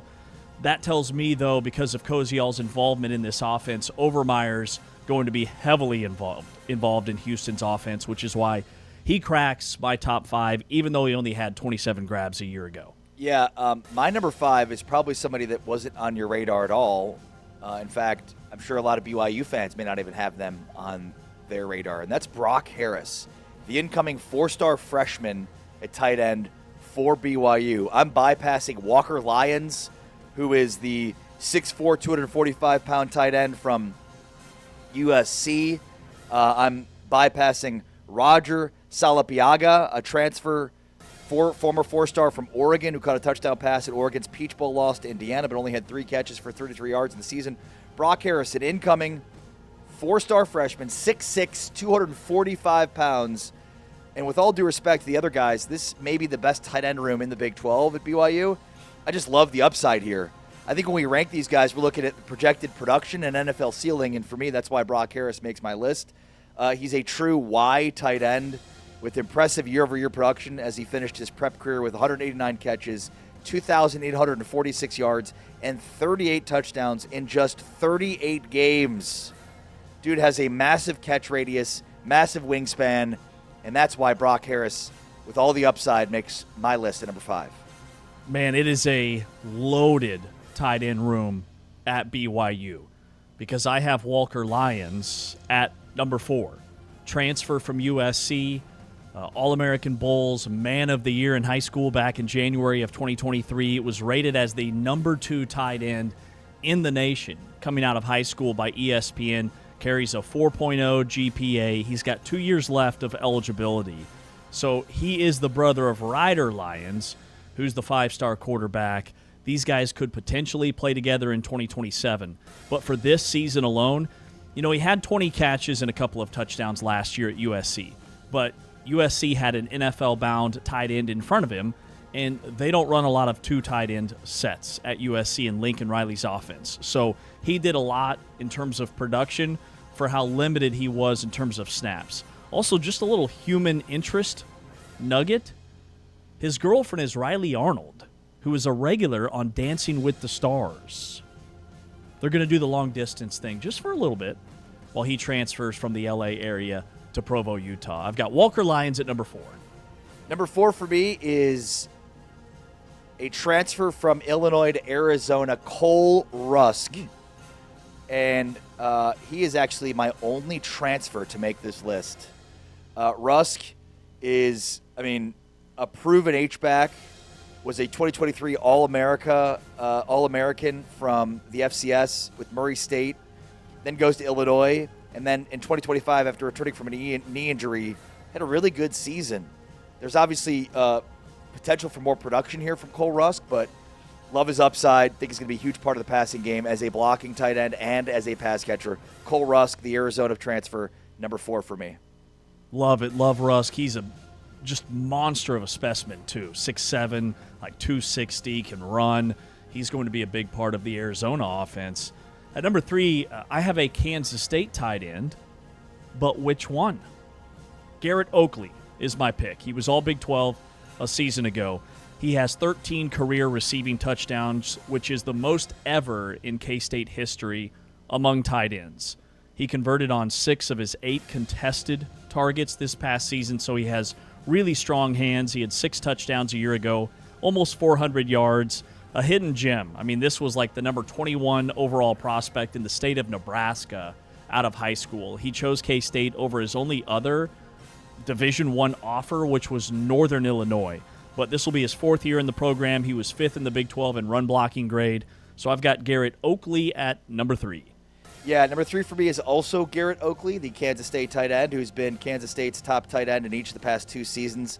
6 receiving touchdowns in 2025, tied for 6th in all of FBS, and his 13 career receiving touchdowns rank 1st among all tight ends in program history. He converts 6 of 8 contested targets, elite catch point winning ability, and he had 2 touchdown games against TCU and Tech in 2025. The Tech one was very impressive. Garrett Oakley, also my number 3. I wonder if we're going to have the same top 3. Well, let's see who we have at number 2, because number 2, one of the most underrated tight ends in the entire conference, based off of not just returning, but what he did last year. Big number 0 for UCF. You can't play tight end and wear number 0 unless you're a dude. And Dylan Wade checks in, the transfer 2 years ago from Maryland, who last year, his first year in the program, set single-season records at that position for UCF in receptions, yards, and touchdowns. Over 500 yards, 5 touchdowns. He was honorable mention All Big 12 and UCF's second leading receiver overall. And remember, they really struggled in the passing game. They had a bunch of different quarterbacks, Fancher, and then it was Jackson, and then it was even a true freshman at one point in time. Now, his run blocking grade has not been good. He's purely a pass-catching tight end, but NFL teams love his skill set, his speed, his catch radius. I've got Dylan Wade at number 2. Survey says Dylan Wade, number 2. We are going to have the same top 3. And, yeah, I mean, he shattered UCF's single-season records for a tight end with 43 catches, 523 yards, and 5 touchdowns in 2025. So expect an explosive year from him because he's going to have a better quarterback situation than he had this past year. UCF has not had players show up a ton on these lists, but certainly Dylan Wade ranks pretty high at number 2. Yeah, we will, no doubt about it, have the same number 1. Lincoln Cure from Kansas State. JK. It's Terrence Carter. Terrence Carter at Texas Tech, transferred in last year from Louisiana, spent 3 seasons in the Sun Belt with the Ragin' Cajuns, and he was all Sun Belt first team. And then last year, I wasn't 100% sure how that would translate. And he's another guy that uptick in his production from the Sun Belt to the Big 12. He caught almost 80% of his targets last year, had a receiving grade of 89, which was 5th among all tight ends nationwide. I mean, he is a tremendous blocker. He's a tremendous pass catcher. He's fast. All Big 12 second team a season ago. Had a 100-yard game against Oregon State in the non-conference. I've got Terrence Carter at number 1. Terrence Carter led all tight ends in college football with 23 forced missed tackles. Dude had 370 yards after the catch last year. He is a mountain of a man, very tough to break down. 1,300 receiving yards since 2024, the most of any returning tight end in the country. And Dane Brugler said of Carter, he received some day 2 love from scouts. So interesting enough that he came back despite potentially being a day 2 pick. Tons of upside. And it feels like Texas Tech has a birthright to at least one player in each of these top 5 lists. But Terrence Carter, a no-doubter for number 1 at the tight end position. So you and I both had the exact same top 3. A little bit different for 4 and 5. I had Rusk and Brock Harris. Harris kind of came from completely off the board. You included Overmeyer. For me, the reason I didn't have Overmeyer is, though there's an opportunity here, just wasn't super impressed with his production at UTSA, which is obviously a level down. And then for Walker Lyons, same kind of thing. There's some upside here. I love the room with BYU. There's a ton of potential with these 3 guys. I just love what Brock Harris brings at 6'6", 245 pounds. You know, Tony Livingston is another guy, transfer for Baylor with DJ Lagway. You know, how much will they be involving the tight end? It seems like whoever the tight end is at Baylor, they always put up big numbers. Jet Carpenter at Texas Tech will be tight end too. The Nevada transfer who had almost 400 yards this past season. And at Texas Tech this year, especially early in the season, whether it is Will Hammond, whether it's Brendan Sorsby at some point, or if it's Jones or Francis, whoever the quarterback is, I feel like they're going to be lean on those check downs. Let's just move the chains, 4, 5, 6-yard completions. So I think the tight ends at Texas Tech are really going to shine this year. And then, you know, we kind of tongue-in-cheek about Lincoln Cure. He was a 5-star blue-chip kid 2 years ago, the number 1 tight end in the entire country. He's back for his sophomore season. Last year, he was limited due to injury. When he was on the field, K-State tried to get him involved with some trick plays and other things. He was a track star in high school. I think in Colin Klein's system, he's going to be heavily involved in the passing game. He's much improved. From all reports in the spring, is a run blocker. So he has all the talent. It's just, can he put it together? Yeah, totally agree with you. All joking aside, like, K-State has been very good at the tight end position. Oakley's been a stud. And if anybody can figure out a way to get Lincoln Cure involved, it's going to be Colin Klein. I think he's going to have a breakout year this year. And look, maybe him missing spring last year was a big reason for why he didn't produce. I'm kidding. Other thoughts? It feels like the tight end position is really interesting because I feel like the top of it, top 3, like, it's pretty well defined heading into the season. And there's tons of debate over who else could be there. But there's some tight end rooms that leave much to be desired. Kansas is one of them. They brought in a couple of transfers, one from Albany, one from Old Dominion. TCU loses 2 tight ends. DJ Rogers gets drafted. They had another one, get signed as an undrafted free agent, Chase Curtis. So it feels like TCU's got a lot to improve upon at the tight end position. So sort of an intriguing position wholeheartedly in this conference. You know, and I would say the guys that are top 3 on both of our lists are guys that are going to be playing on Sundays. All 3 of those dudes get drafted. Terrence Carter Jr.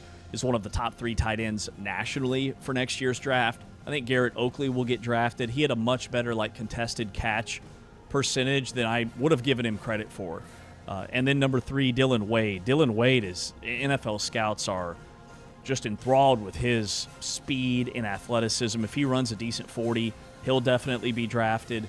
And then, you know, TCU is really intriguing because it's a new system, and those tight ends at UConn were heavily involved in the ground game. So will they lean more blocking tight end? Iowa State's been a tight end factory, but new coaching staff, all of their guys are gone.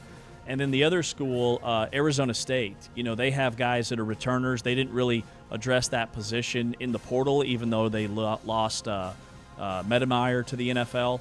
And then Kansas, like the Old Dominion kid, he was on my top 5 newcomers list because NFL scouts love his potential. And he's relatively Jalen Butler, new to the position, had 20 or 25 grabs at Old Dominion, but he's a freak athletically. And Andy Kotelnicki back calling the plays.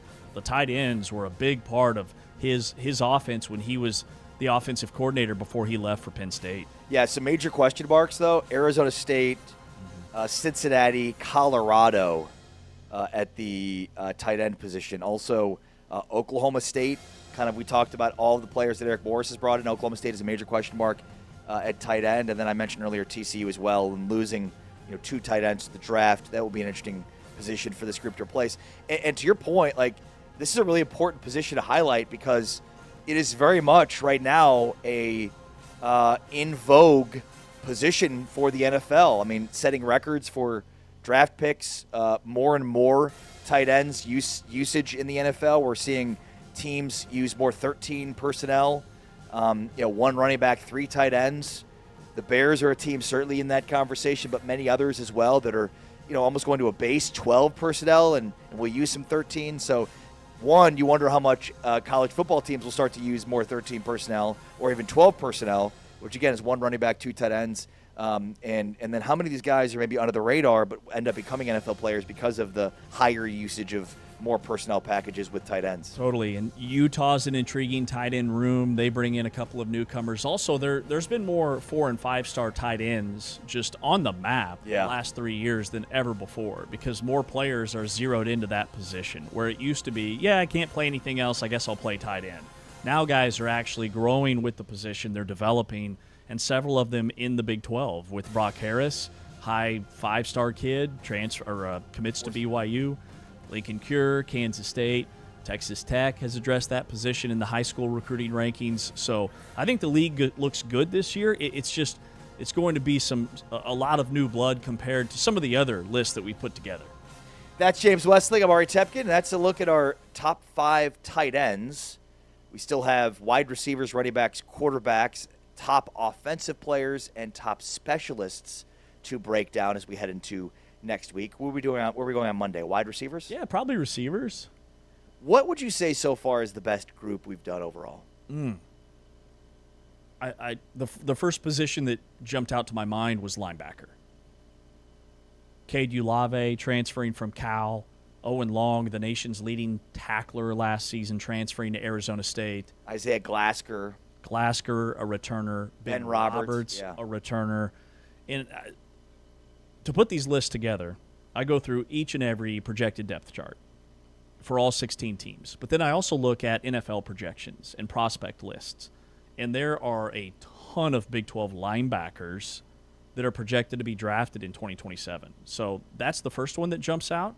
The other one, and just a tease for Monday, is wide receiver. The league loaded up in the portal. There's a lot of returners in this league, very strong at the wide receiver position. Yeah, that should be fun to put together that list for Monday. All right, James Westling, Ari Tepke, Big 12 today. We've got Gary Parish, longtime college basketball reporter. He does a great job for CBS Sports. He joins us coming up in about 20 minutes. On the way next, though, what will it take for the Big 12 to get at least 2 teams in the 2027 college football playoff? We'll dive into that. Plus, Kirby Smart says the quiet part out loud. It's Big 12 Today, presented by Modelo, heard on TuneIn, watched on Big 12 Studios. He found Tyson. Airborne. Got it. Get downhill fairly quickly. And big shoes to fill with Cam Scatteroo now in the NFL. Looking for the corner and the catch. Touchdown, ASU. Malik Brown takes his turn. Off play action. Levitt's playing Frogger back there. Oh, he found Tyson. Airborne. Got it. Outrageous. That's been outstanding time from that college's defense. Levitt throws a laser. It's caught. It's Tyson. It's touchdown. Responds. Another 4th down forthcoming. Touchdown! Touchdown! Tyson! Tyson! Sam Levitt back at the switch. They motion out of the pistol. Play fake. Going vertical. Tyson the target. Contested catch through 2. One of the best in college football. Gets the night started in Tempe. ASU offsides. It worked until it didn't. Now, on a little end around, give into the end zone. Tyson, touchdown.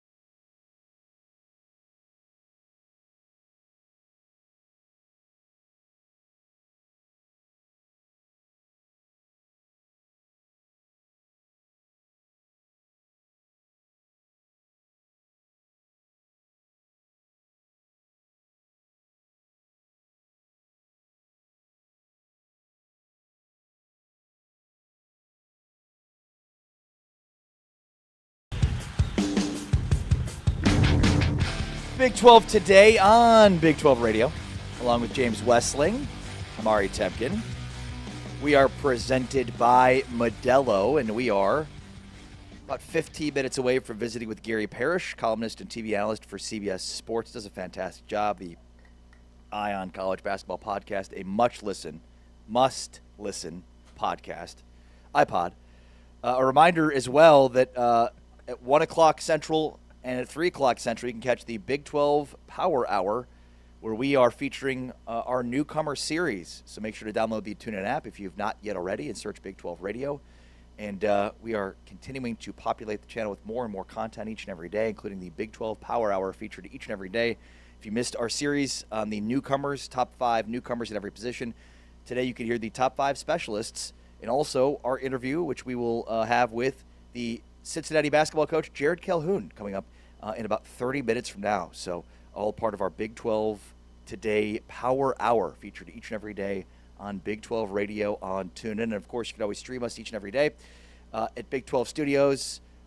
Find all the platforms where you can watch us at big12studios.com. James Westling, Ari Temkin, Big 12 Today, presented by Modelo. Yesterday we talked about what's the path towards the Big 12 getting multiple bids to the college football playoff, and that's going to be an ongoing discussion. We thought that the Big 12 was in good position to have it last year, and certainly was at the end of the year, but just didn't seem to make it through, and that was with 2 11-win teams. So will 11 wins be enough to get 2 teams into the college football playoff? I lean no, simply based off of the recent sample size that we have, which is basically post TCU's run in 2022. Since then, you could make a case that the Big 12 has been hosed. BYU should have been in, but then one of the last at-large teams to get in the field last year makes a run and plays in the national championship game in Miami. So everybody says the College Football Playoff Committee got it right. But for 2 years in a row, the Big 12's sent exactly one team to the College Football Playoff. I'm not so sure that TCU, and even though they won a game in the College Football Playoff, it has very much, I think, kind of hung over the league how they lost in the national championship game. And I'm not saying that it's TCU's fault, but I think that's where it started, right? The narrative of the SEC and the Big Ten and the Big 12. But do I think 2 teams can make it this year? Yes, for one very simple reason. Texas Tech and BYU don't play each other in the regular season. They played twice this past year. BYU has won 14 straight games against schools not named Texas Tech. They don't have Texas Tech on their schedule. When I look at their schedule and what would be like their next toughest games, they're in favorable spots. So I think BYU runs the table in Big 12 play. I don't see an L on their schedule. Wow. Their tough road games are at TCU, at Utah. They have a lot of their big matchups at home in Provo. A win against Notre Dame in the non-conference, and I think they're definitely in. Yeah, I mean, for me, the path to 2+ teams is in the non-conference. And we talked about this last year, and the problem was the Big 12 laid an egg in the non-conference. There's obviously no more important data point for the conference than BYU Notre Dame on October 17th in Provo. If that's a win for BYU, then they stand to be in pretty good position to get to the playoff. If they don't, they could find themselves in a similar situation to last year. And that is, let's say you go 10-2, lose in the Big 12 championship game to Texas Tech, and a loss to Notre Dame, and you're not going to get in. So I would say more than any other non-conference game, that one is the biggest. But, I mean, there's some other ones, and at least, maybe not individually in terms of, meaning direct playoff spots. But Baylor-Auburn, remember, this is a game that Baylor lost last year to open the season. This year it's in Atlanta. It's a neutral site game. Utah plays Arkansas at home. Arizona State visits Texas A&M. And then Kansas hosts Missouri. You could argue those 4 games and the BYU Notre Dame game, those 5 games, will decide whether or not the Big 12 gets a second playoff team. Mm-hmm. And the Big 12 was better this past season than it was the year before against power conference opponents. In 2024, the league went just 5-8 against the SEC, the Big Ten, and the ACC. This past season, the Big 12 against the ACC alone went 6-1. But nobody remembers that because of the highest profile non-conference games the Big 12 lost. Now, the Big 12 had some nice wins in the bowl season, but nobody cares about bowls anymore outside of the college football playoff. So for this year, the Notre Dame game carries a ton of weight. Arizona State at Texas A&M carries a ton of weight. Texas Tech doesn't have a marquee non-conference game this season, but there are others where those are way more important than in Arizona against whoever, or a Houston win over LSU in a bowl game, or a Kansas State. I mean, K-State and Arizona, that was their non-conference last year. So that looks very interesting this year for both those teams. But like Texas Tech beating Oregon State by 60, that's not going to move the needle. BYU beating Notre Dame, that very much would. And Notre Dame, not just is it the pedigree of it being Notre Dame, Notre Dame's also going to be ranked in the preseason, maybe the highest they've been in the last 4 or 5 years. They're expected to be a top 3, top 5 at worst preseason team, even with the loss of Jeremiah Love, because they have C.J. Carr back at quarterback. They have a ton of their defense back. So it looks really good for the Big 12 that BYU has that game at home. Wouldn't say it's a must-win. You know how we feel about that term. But it's the biggest game. Unquestionably. The Big 12 has 5 games in the non-conference against the ACC, 4 against the Big 10, and 4 against the SEC. Those games in the future are dwindling. We just learned that Alabama's canceled the series with Oklahoma State. So this is very common as the SEC, adjusts its schedule to account for playing an additional SEC opponent moving forward. But the opportunities the Big 12 has in those spots against Big 10 and SEC opponents is dwindling. So again, 5 against the ACC, 4 against the Big 10, and 4 against the SEC. Now, last year the Big 12 did really well against the ACC, and it certainly put the Big 12 in a path of a hierarchy ahead of the ACC, but lacked against the Big 10 and the SEC. So I'd say those 8 games far more important than the 5 against the ACC. Completely agree. I mean, the league went 6-1 against the ACC this past season. But I would argue that there was more chatter about the way Oregon beat Oklahoma State than there was about TCU thumping North Carolina. Yeah. And TCU plays North Carolina again this year. It's in Dublin. But Oklahoma State hosts Oregon in week 2. Just to hang with Oregon. You don't have to win that game. Right. But if you cover the spread and you're in it in the 3rd or 4th quarter, would move mountains for the league. And then Utah plays Arkansas in week 2. SEC matchup there. Arizona State, I still think, can win at Texas A&M. Kansas hosts Missouri this year. That's in Lawrence, right? On a Friday night. That's a game that KU should have won last year. And in Columbia, that would be a big win for the league. So the SEC games are way more important. As we saw with last year, you can't go much better than 6-1 against another power conference like the Big 12 did against the ACC, and it didn't matter when it came to the playoff. That's James Wesley. I'm Ari Tepkin. It's Big 12 Today on Big 12 Radio. Kirby Smart said the quiet part out loud when he was asked by the Atlanta Journal-Constitution about a playoff expansion. He said, quote, "It's gotten to the point where if you're not in there, the college football playoff field, there's no value in the good old bowl game. Does anyone even play a game outside the playoffs? Because the playoffs are disinterested, because the players are disinterested outside of the playoffs, and the fans are just disinterested outside the playoffs. We made it that way, so if we're going to make it that way, we might as well put more in it and get everyone in and then go play," end quote. Man, I don't know. I think part of the idea of, shrug, I don't know who did this, but this is the way it is, so let's take advantage of it. It's like, well, the way you're talking about it right now, Kirby, helps to diminish the importance of it. And maybe Kirby's right. I mean, Notre Dame opted out of a bowl game last year against BYU. Georgia would probably opt out of bowl games in a situation in which they're not in the playoffs. So I think there are certain programs that see no value in it, but that shouldn't diminish how many programs see the value in bowl games. Are fans disinterested and players disinterested, or did the coaches and administrators lead them to believe that they should be disinterested? And what I would love to break down further, what do the attendance numbers look like for these other bowls? Are less people attending because they don't care?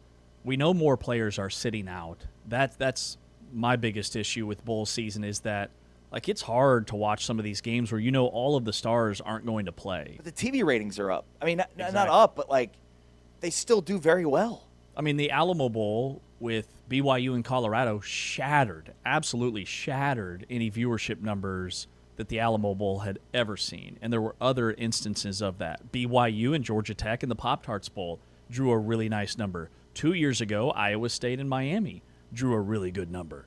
But Kirby Smart's not the person to ask because he's in the SEC, he's coaching at Georgia, he's vying for national championships. Sure, for Georgia, it's either college football playoff or bust. But what about Oklahoma State or Kansas State or some of these programs that traditionally go to decent bowls, Arizona, Houston this past year? Like, I think Willie Fritz would be the first to say, yeah, that LSU game, that bowl game, that mattered in a big way. Well, and you know, a couple of things on that. Number one, in a world in which the opportunities for the Big 12 to get cracks at the SEC and the Big 10 are dwindling, it only makes those bowl games more important. And Kirby Smart says the players are disinterested. Well, whose job is it to get the players interested, right? Like, you're the coach, aren't you? And I'm not like, Kirby Smart's a hell of a coach, right? But like, if you're a leader and the people you're leading are disinterested, then that's your responsibility as a leader to make them interested. And part of this is due to the fact that when you get to training camp and fall camp and start the season, like this motivation is to win the SEC, to play in the playoff. I understand that helps to create level of disinterest, but it's your job then to re-engage. But Kirby Smart basically said the quiet part out loud, and that is that nobody cares about these other bowl games. We don't care about these other bowl games. Well, make your team care. Emphasize it. If you did, the fans and the players would care more. But the more you talk to the media about how much it doesn't matter, the more they realize and think it doesn't matter. It's about you and your program and how you want it run. Yep. Well said. And by the way, Georgia, they've been in the college football playoffs 5 years in a row. They haven't played in a non-playoff game since COVID in 2020 when they were in the Peach Bowl. Must be tough. It's Big 12 Today on Big 12 Radio. Gary Parish from CBS Sports, the Eye on College Basketball podcast, joins us next. This is Big 12 Today on Big 12 Radio, presented by Modelo. Heard on TuneIn and watched on Big 12 Studios.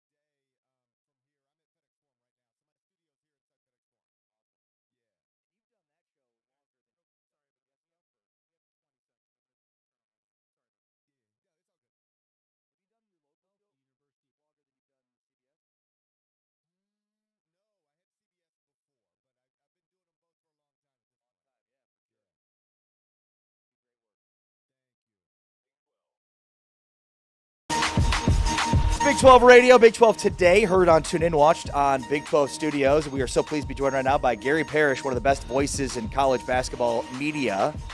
The Eye on College Basketball podcast is a must listen. In fact, Gary, I got to say, as much as I like David Cobb and some of the other guys at CBS, and I do, anytime I turn on Eye on College Basketball and it's not you and Matt, I get a little upset. I'm not going to lie. That's very sweet. I appreciate it. It gets to a point in March where it's just not possible for both of us to be there every show because he's in arenas, writing columns and reporting, and I'm talking on TV or somewhere else at all times. So we get a little loose with it as the tournament unfolds.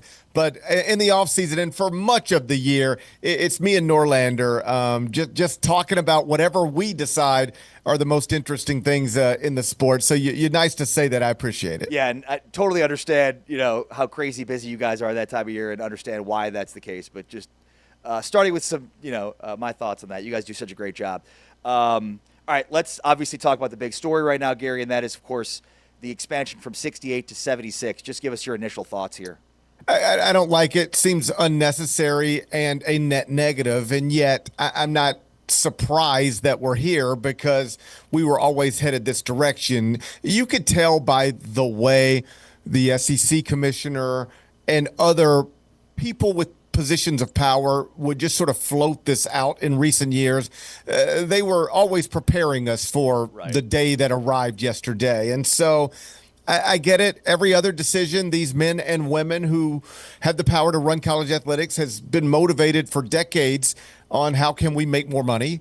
And this is a direct byproduct of that. Yes, simply put, they will make more money by having an expanded NCAA tournament, in part because of my employer willing to pay more money. Beyond that,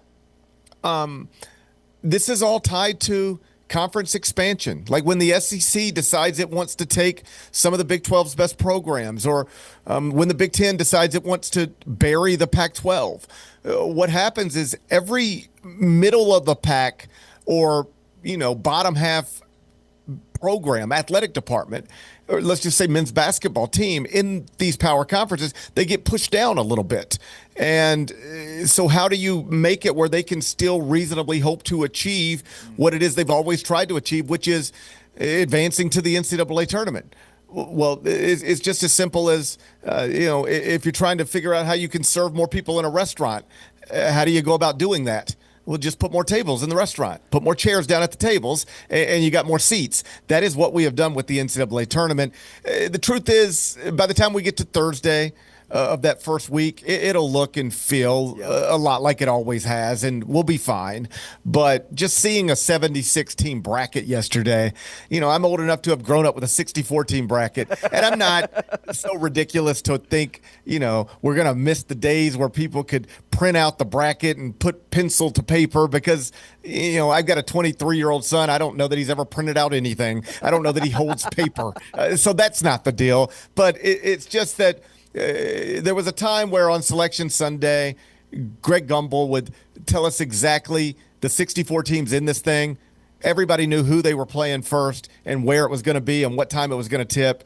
And we have lost that. It's not the biggest thing in the world. We got other things to deal with, but it's a net negative, I believe. Yeah, some really good stuff there. Gary, and I remember when this idea was first being tossed around, it was like, oh, it's going to help the mid-majors, the teams that didn't win their conference tournament but had really good years. And now, yesterday, you see the teams that would have been in. It's like, no, they're all power conference schools. That's ultimately who's expanding this thing.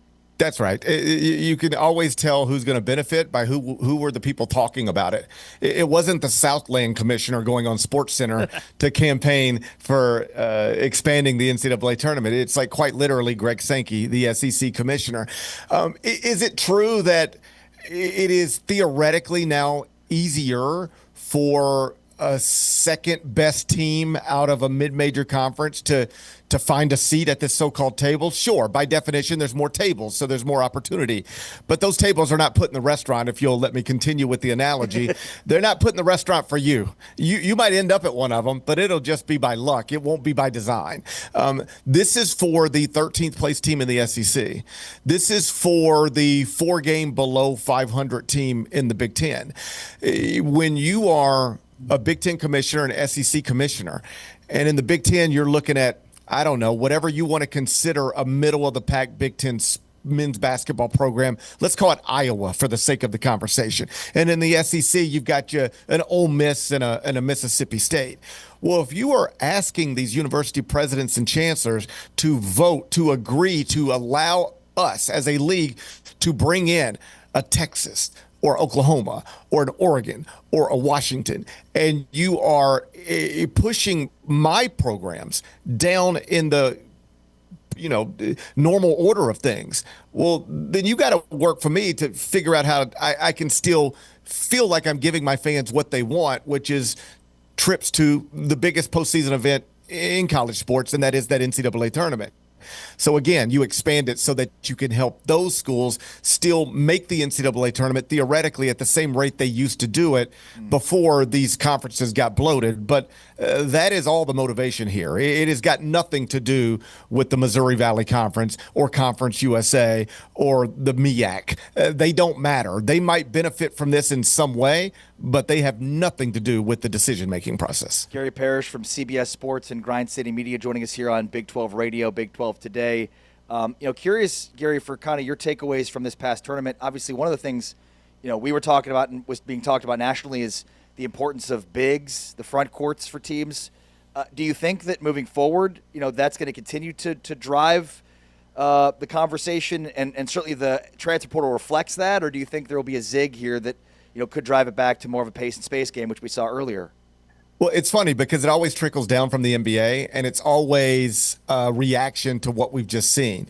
So suddenly the Golden State Warriors figure out that you can play 5 out, go small with Draymond Green, put shooters all around them, and that's the most devastating thing we've ever seen on the offensive end of the court. So then everybody starts thinking, we need to play small. And I even had people who work in NBA front offices tell me, these are people who are employed by NBA franchises, tell me within the past 10 years, I would never with a capital N, take a, quote, center with a top 5 pick in the draft. That's how strongly people started to hold on to that opinion. Now, last night, we all just watched the Oklahoma City Thunder. They start 2 bigs. And they're the best team in the world. Right. They're the reigning champs and the favorites to do another one. And so now you're starting to see it flip around a little bit, and it's coming back down to college basketball. Todd Golden, the coach of Florida, I thought made a really interesting point that I had not heard another college coach make at some point during the season. He said, if you really start analyzing it and try to figure out how to avoid those 116 upsets, those 215s, 314s, the upsets to the mid-majors in the NCAA tournament, or even in your non-conference schedule where you're playing bye games, if you want to figure out the best way to raise your floor where you don't get caught, it is the same thing we see in football where you don't see the upsets in any sort of dramatic way. Point being, when we get to the college football playoff and you let a James Madison in or a Tulane in, when they have to deal with those power conference football teams, they get rolled because they can't physically compete with them. And so Ty Golden's point was, why don't we take that same approach to basketball? Why don't I get really big at every position, but especially in the front court, and physically overwhelm? Like, everybody can find a 6'3" guard. They're all over the country. But how many people can find a 7-foot dude who can alter shots, put his elbow on the square, all that stuff? We can in the SEC. You can't in the Missouri Valley. That's the advantage. And undeniably, that is where we are circling back to in college basketball. The buzzy word you hear in recruiting, transfer portal conversations, it's all great positional size. It's not just that they want to be big up front. They want to be big at the 1, big at the 2, big at the 3. Duke was like that. Michigan was like that. It's not an accident. You look at some of the best teams in college basketball over the past couple of years, great positional size is not only something they have, it's something they're prioritizing. Yeah, and it eliminates the variance. You're way less likely to have an off night when all your points are in the paint than from three. So 2 years ago, the Big 12 had 3 teams in the preseason top 5. There were a bunch in the top 10 last year.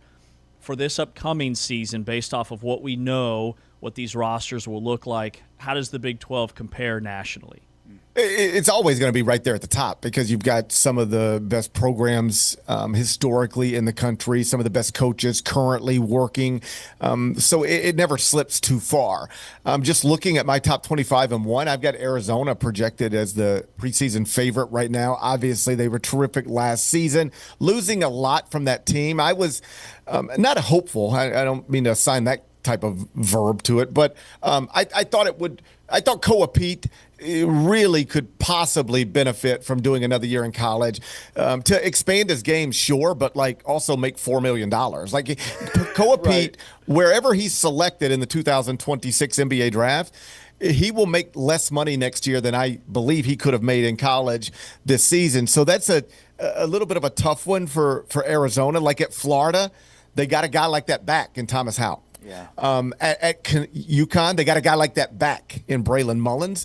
At Arizona, it would have been great to get Koa Pete back. It sounds like that's not going to happen, but still, Tommy is he's clearly one of the best in the country. That is why North Carolina prioritized him. And I think Arizona should be, at this moment, considered the favorite in the Big 12. But obviously, TJ Otzelberger at Iowa State's going to have another good team. Kelvin Sampson at Houston always has a Final Four contender. I don't want to say it's wide open, but I don't know that there's a clear favorite, even though I would make Arizona that right now. Gary, curious what your approach would be if you were building a college basketball roster as it pertains to recruiting and the transfer portal. So let's just say you've got $1. What percentage of that dollar would you appropriate for the transfer portal, and what percentage of that dollar would you appropriate for freshmen? So we're learning as we go. People, this is also new that it's really interesting when I talk to college coaches. Now I think they're getting a better grasp for it. Yes, you probably do need a general manager or at least somebody, working on that stuff 12 months a year, every day of the month. I think maybe 2 years ago, coaches got into, I would hear things like this all the time. I'm not even recruiting high school players. I'm not touching an 18-year-old. Now, you see the past 2 national players of the year have been freshmen. There's still a place for the elite guys, even if they're only 18 years old. So to answer your question, I don't think there's one way to do it. But I think if you can ever get your program to a place like a UConn or like Michigan is now, where you've got a real culture established, it's the same head coach, the same staff around them, and you're bringing back players every year. So that's the first thing I would do. If I'm a head coach talking to my general manager, by the time we get to middle of January, early February, I have a great idea, not a good idea, a great idea of who I want back and who we are not trying to bring back in any sort of meaningful way. And I want to go ahead and start getting those deals done now. Yes, this is the way college basketball works now.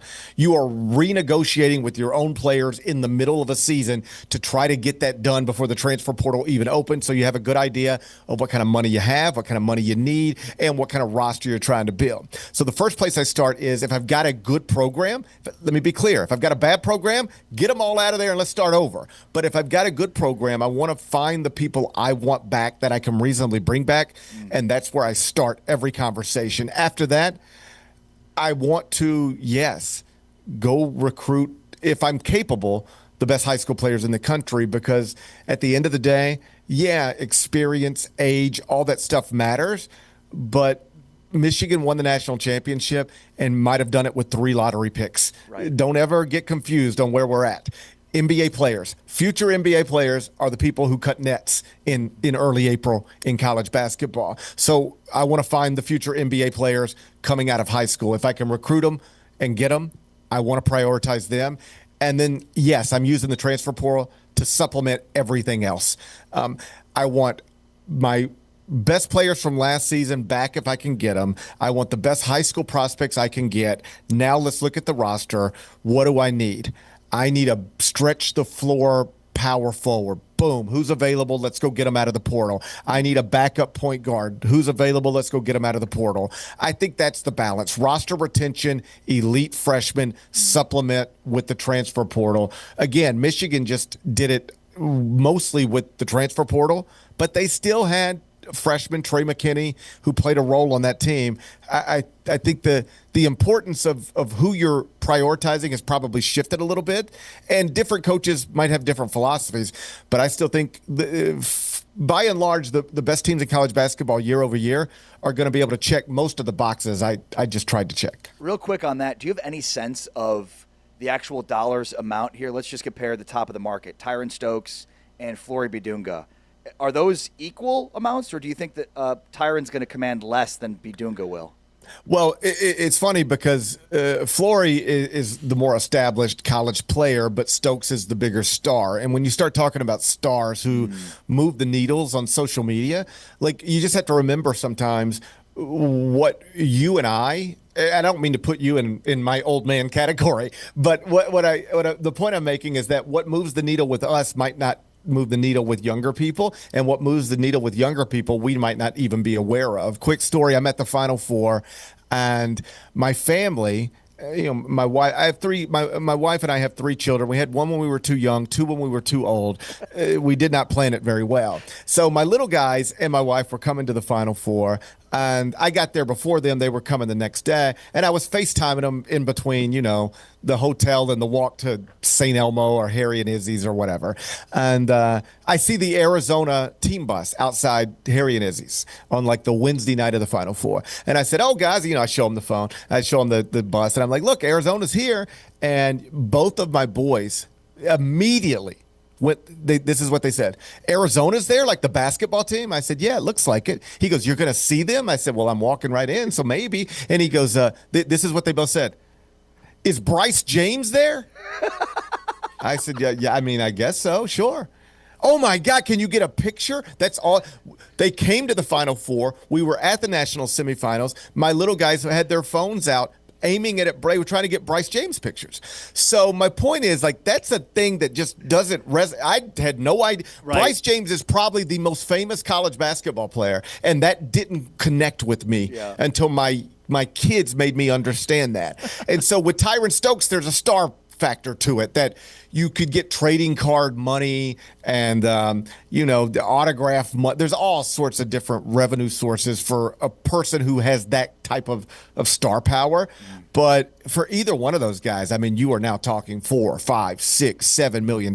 If you don't even have that kind of money, you can't get into the conversation. And so there are multimillionaires not only starting for college basketball teams now. You've got them coming off of the bench. There's a lot of money out there to get made, and it was just a couple of years ago where if you had $5 million to spend on a college basketball team, like, you could build a really good college basketball team with $5 million. And I think Dan Hurley was quoted yesterday as saying, if you don't have $14 million to roster build with right now, you are not competing for the national championship. You can build a good team. You can maybe get scrappy and win some games, but if you're trying to win the whole thing, you need to have a bare minimum of about $14 million. And absolutely, there are going to be some teams that go over 20. I think, I don't want to say lots, but last season, Kentucky got a lot of attention for being a $22 million roster, reportedly. Kentucky will not be the only $22 million roster in college basketball this season. The price of everything is going up. Perhaps that's the case throughout the world, but also certainly in college basketball. Dude, that's hilarious about Bryce James. My kids did the exact same thing when we were at the Big 12 tournament. It's like, I think he's there at the end of the bench area, but so one team you didn't mention was Kansas when we asked you about contenders. What's your thoughts on just the roster that Bill Self has put together? Well, it's good enough where I've moved them into the top 25 and won, but it's clearly not where it was once upon a time. They've got a 5-star freshman at the 1, a 5-star forward in Tyron Stokes. That's a good place to start with a Hall of Fame 2-time national championship winning coach. But the truth is, and you heard Dan Issel, the Kentucky legend, make a point about how everything's sort of balanced out in college basketball because of NIL and the transfer portal and revenue share. I made this point at some point this week on the Eye on College Basketball podcast. If A.J. DeBonsa, for instance, was in the class of 2015 instead of the class of 2025, just blindly, you would have assumed he's going to either Duke, Kentucky, Kansas, or maybe UConn because he's from Boston. He might just want to stay close to home. But outside of that, you don't even really seriously consider that he's seriously considering anything else. And then if you are one of those schools, you either get him or one of those other schools just like you gets them, and then they move on to something else, and then you move on to something else. But you're really only fighting for this level of prospect with 3 or 4, maybe 5 other schools in the whole country. Well, now just about every power conference school has the resources to complicate a recruitment. In other words, in 2015, if A.J. DeBonsa comes out of high school, you do not have to worry if you're recruiting him about BYU. That's just not a factor. But now BYU can say we want to be a factor and we've got the money to do it. And so you look at the level of prospect that Kentucky's bringing in. It's not the same. The level of prospect that Kansas is bringing in, it's not the same. I'm always going to assume they're going to be good and a factor until I see it with my own eyes, and they're not. But it is telling, I think, notable that Bill Self has a roster right now that you could reasonably leave unranked if you wanted to, and that is not something that has usually been the case in his, 2-decade tenure at KU. Yeah, last thing, and that is, the Memphis Grizzlies, the team that you cover, they have a 9% chance to get the number 1 overall pick. So let's say you're running the Grizzlies, and with your experience in covering college basketball, who are you taking at number 1? I think it's A.J. DeBonsa. I don't say that confidently. There was a point where most NBA evaluators would land on Darren Peterson there. But I just think the uneven way in which his only season at Kansas unfolded, there's just a lot of questions there about, nobody questions whether he really had physical limitations at some point, but there were other times where he took himself out of games, and it seemed to even confuse and frustrate his coaches. That is something NBA front office executives are concerned about, or at least want to ask about. He needs to have good answers for those questions, because those questions are coming from everybody. And to make it specifically about the Grizzlies, I mean, we just lived through the Ja Morant era of 7 years of somebody sitting in street clothes making $40 million. And I would be lying if I told you there's not a little bit of a PTSD thing sitting here about if the Grizzlies really did win the lottery on Sunday and then use the number 1 pick on a player who's the narrative connected to them was that they didn't play that much in college or as much as you would have liked in college. That's just a tough thing for the fan base to deal with. And so I think almost regardless of who wins the lottery on Sunday night, the favorite at this point is A.J. DeBonsa. But if you told me we look up in 5 years and Peterson's actually the star, or even Caleb Wilson, that would not be surprising. This is the greatest freshman class we've ever seen, and the top of the draft is going to illustrate that. Well said. Well done. It's great to visit with Gary Parish, CBS Sports. Go check out his great work at Eye on College Basketball and Grind City Media. Gary, thanks for your time, man. Be well. Take care. It's my pleasure. I'll see you guys real soon. Thanks. Yep. Thank you. Gary Parish joining us here on Big 12 Radio. It's Big 12 Today. We go from Gary to Jared Calhoun, the new head basketball coach of the Cincinnati Bearcats, making his Big 12 radio debut with James Amari. It's Big 12 Today, presented by Modelo, heard on TuneIn, watched on Big 12 Studios.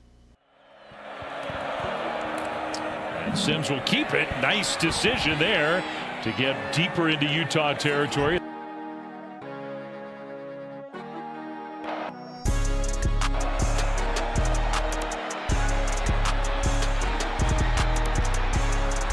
What a great individual effort. On 3rd and long, he got 20. Brown now carries.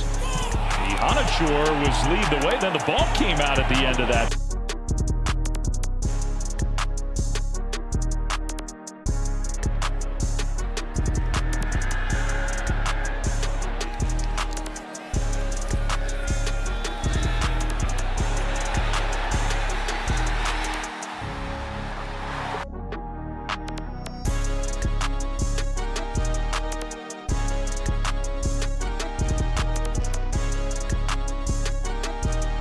Seconds ticking away. Sims in the pocket.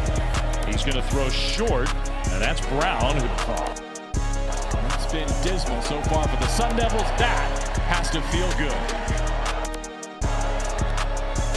Willie Brown, they go right back to him, and he sprints to midfield. Chased by Tion Parks. Brown all the way, touchdown.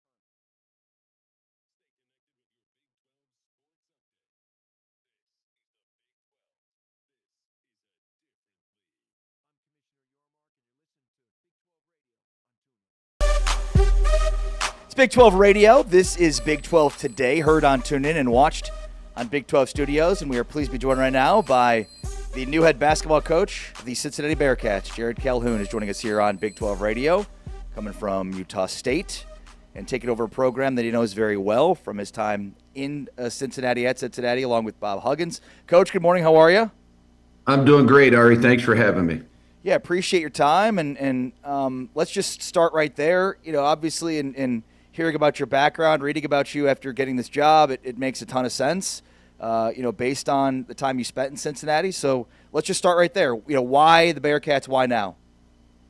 Yeah, I mean, I think the timing was obviously pretty awesome, right? We just finished an incredible year at Utah State. This opportunity was one that just couldn't turn down, right? I mean, the familiarity with the program. I grew up a Cincinnati Bearcat fan. I grew up wearing the shorts and, all the different jerseys. So when I was coming up, the Bearcats were everything in the state of Ohio. So we're going to do everything in our power to get it back and get it back right away. Man, I love the shorts reference. Us too. Kenyon Martin was obsessed with those Cincinnati teams. How would you define your coaching philosophy? Because you're from the Bob Huggins tree. If you don't play defense, you don't play. But then you guys at Utah State were so efficient offensively. So I'd just love to hear your perspective. Yeah, I think we're very modern in the way we play the game of basketball. I think we're very old school in how we build our program. Not only Coach Huggins, but I played for a Hall of Fame coach in Raleigh Massimino. Learned from some great coaches, Jeff Young at Walsh University. I was with Hugs a long, long time ago. I've been a head coach for 14 years. So you have to evolve. You have to adapt. We've been one of the best offenses in America, not just really at Utah State, but our time at Youngstown State. So it's pretty simple. We want to find, create, and keep advantages, right? How do you score the basketball? You create an advantage. It's the same thing in football. Defensively, we want to be very disruptive. We play a couple different defenses. So I think kids like playing our style, James. I think it's an attractive style. Nobody goes in the portal to talk about defense, right? So, our style is pretty unique to the rest of the country because we have a history of scoring the basketball, being efficient year in and year out. Yeah, and it's interesting too from a modern perspective because we just talked about this with Gary Parish, that it's constantly evolving. I mean, we saw the college basketball be overrun by pace and space. Now we saw a Final Four that included some of the best front courts in the nation. So, what is sort of your task in trying to stay ahead of the curve there, and maybe trying to find the new philosophies that will be the best part of this, the best aspect of the sport? Yeah, I think it's the best part of the transfer portal. I hear a lot of coaches complain about it. I actually, we've won 101 games in 4 years since the transfer portal started. So I'm kind of enamored by it. I kind of enjoy putting the puzzle pieces together. And what we try to do already this year at Cincinnati, every year is different, right? Because you just don't have the budget. At Utah State, we had $800,000 our first year. We were the lowest at-large team in America. This past year, we had $2.4 million, and we won 2 championships and beat Villanova. So I think everywhere you're at, it's a little bit different based on your budget. But we wanted to get positional size. We wanted to be very long. We wanted to be very athletic at every position, and I think we were able to do that in the portal. Obviously, we had to bring a whole new team in. So it was exciting. Not a lot of sleep, but we got a lot to sell. Because Cincinnati has certainly changed a great deal in the last 20 years. Well, man, I love your journey. You've won everywhere you've been, NAIA, D2, Horizon, Mountain West, now in the Big 12. Of all these stops, which stop and why has taught you the most about coaching people? Yeah, I would say Fairmont State. That was my first job. I had 2 guys around my staff, Mantoris Robinson and Paul Molinari, and then a young coach by the name of Joe Mazzulla, now the coach of the Boston Celtics. So, you're driving up 79, you're in vans, you're on buses, nobody's watching you. You have no idea what you're doing, and you're just learning, right? I was 29 years old as a head coach. So that's really where we kind of learned how to manage people, try different things. And then, I'm so grateful. Youngstown State had a great athletic director in Ron Strollo, a great president in Jim Tressel, a guy that has become a great mentor of mine. And then Utah State was awesome. It was just an unbelievable 2-year run. Great home court environment. I thought the Herd, their student section, is one of the best in the country. So everywhere you go, you get a chance to learn, and it's really about meeting great people. I loved all my stops, but Cincinnati's home. It's just a different feel. Yeah, and talk a little bit more about your relationship with Joe Mazzulla, obviously, which goes back to your time in Morgantown. And then I believe, was it that there's like a book that's influential in your life that he shared with you? Yeah, so there's a lot of Joe Mazzulla stories. Obviously, he's one of my good buddies. I was the best man in his wedding. I coached him. He was on my staff. I thought he was the greatest skill development guy I've ever seen.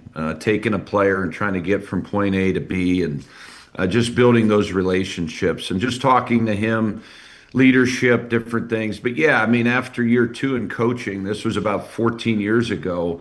We had won 22, 23 games, and I was in a dark place because we couldn't beat this one team called West Liberty. The guy's a great Division II coach. I believe he's won 3 national championships. And Joe put a book on my desk called "Lead for God's Sake" by Todd Gongwer, and the author, actually, he's become a good friend of mine. And it changed, my perspective on life. This was about a crazed basketball coach that all he cared about was winning and losing. And that was me at a young age. So I've evolved, I've changed, empowered everybody, and, it's made me a better coach.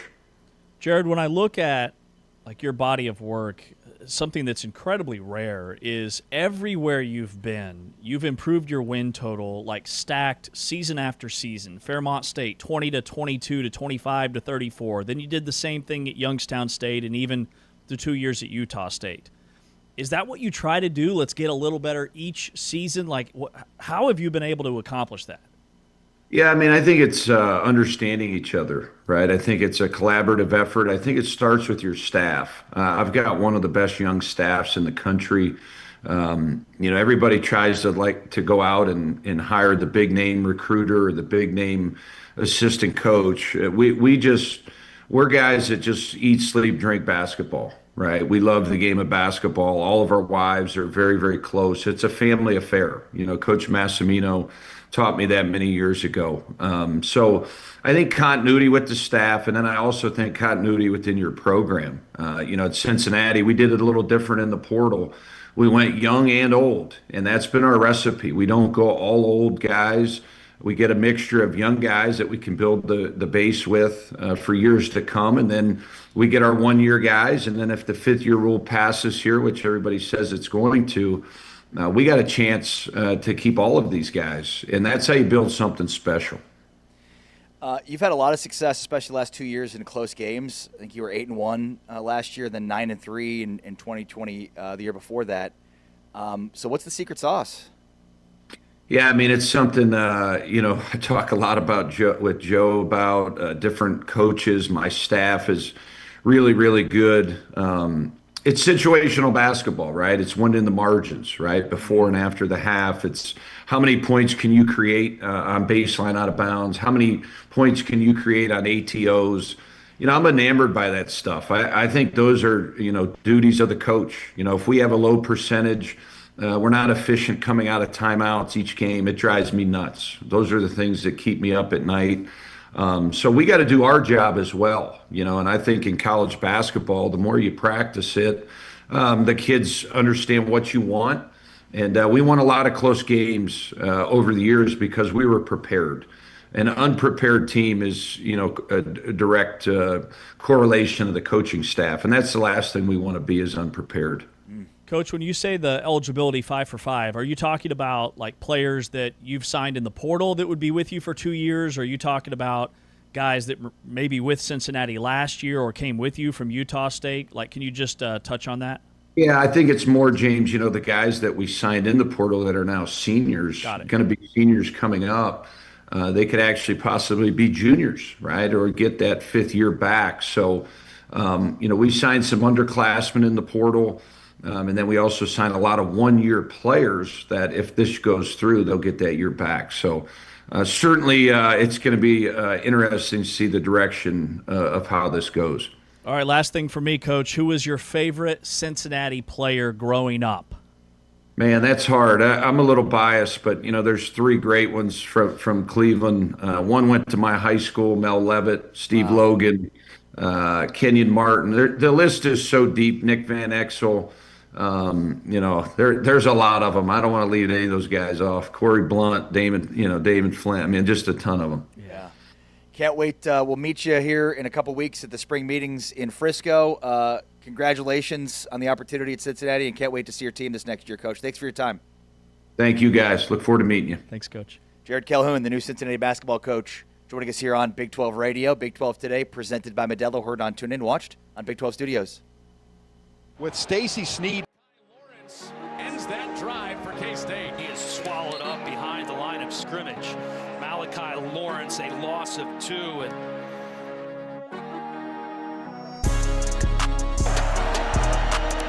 Third down and long, trouble on the edge, and they go back to back. This one belongs to Malachi Lawrence. Johnson on a 4th and 6. Scans. Backpedaling. Going the opposite way. Now he throws around the edge. In pursuit, UCF gets to him. Malachi Lawrence, one of their 2 vaunted pass rushers on the edge, ends that drive for K-State. He's got our antennas up. And the antenna goes down. Malachi Lawrence again. This time, his first sack of the season.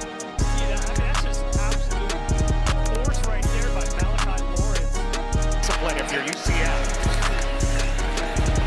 Here's Pryor, and he is swallowed up behind the line of scrimmage. Malachi Lawrence, a loss of 2, and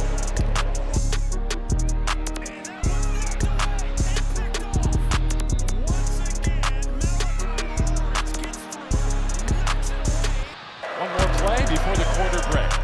Fox leaves the pocket to the numbers and track down. Malachi Lawrence finishes 3 here in Orlando with his UCF 9th.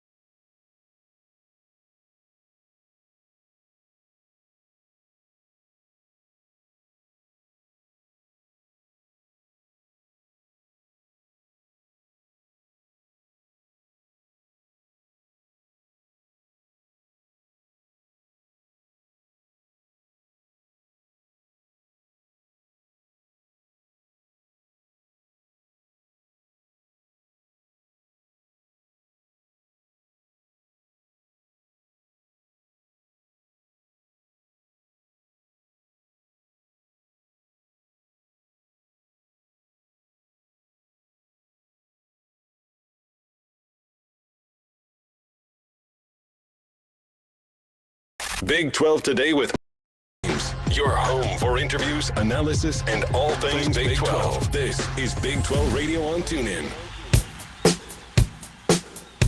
Big 12 Radio, Big 12 Today. Great stuff with new Cincinnati basketball coach Jared Calhoun. If you missed that interview, it'll be part of our Big 12 Today Power Hour, which you can catch each and every weekday at 1 o'clock and 3 o'clock. It is what it is. It is exactly what it sounds like. 1 hour of Big 12 Today content. Today at 1 o'clock Central, 2 o'clock Eastern Time, you can get a 1 hour of the Big 12 top 5 newcomers, the specialists, and Jared Calhoun. That's at both 2 o'clock Eastern and 4 o'clock Eastern today on Big 12 Radio on TuneIn. Now it's time for This Could Have Been an Email, the segment every Friday, which highlights some of the stories that have swept through the nation that could have been emails.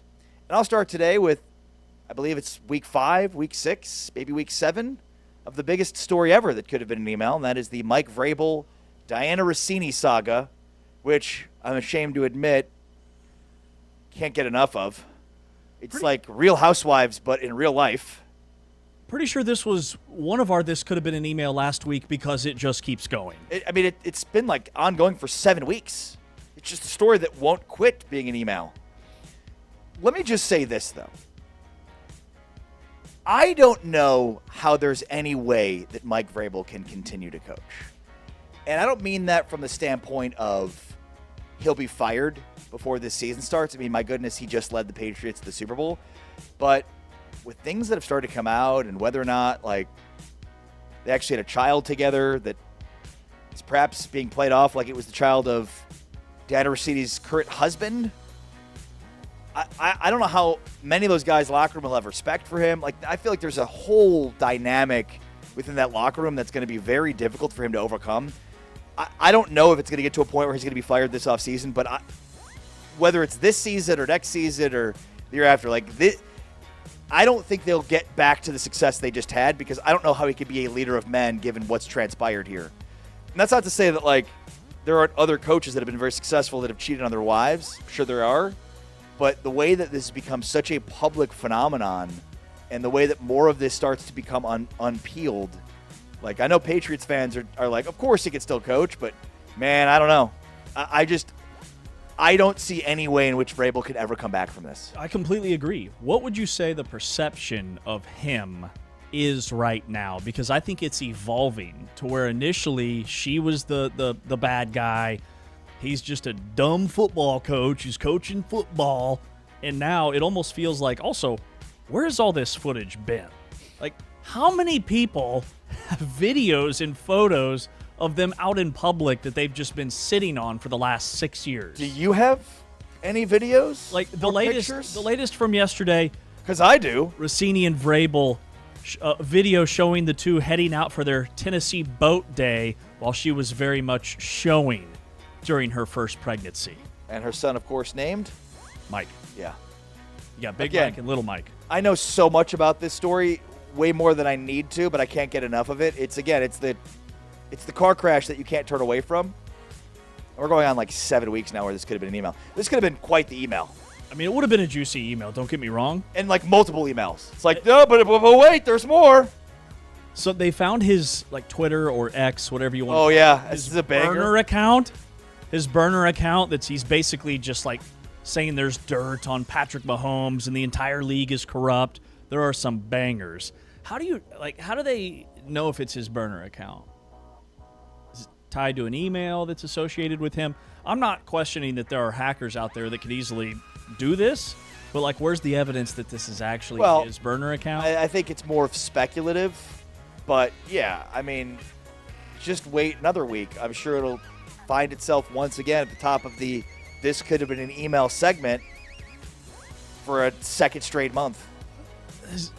All this footage, it's amazing. Like, who's taking this picture of them walking out on a boat dock? Well, is it the guy that rented them the boat?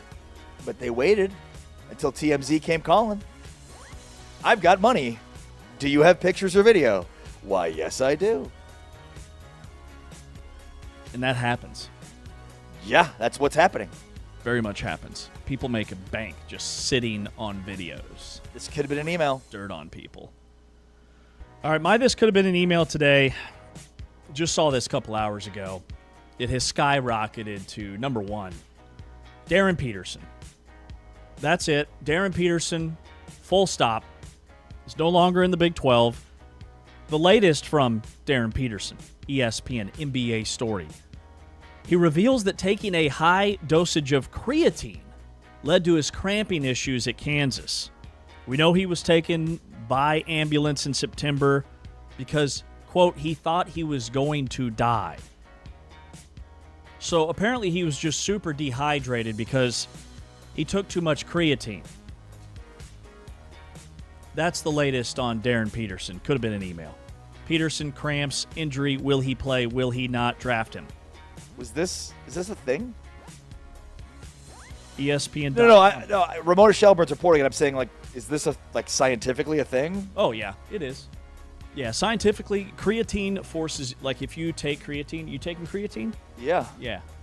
Designs for sport. Creatine. Got to drink. Extra water. Yeah. Hydrate.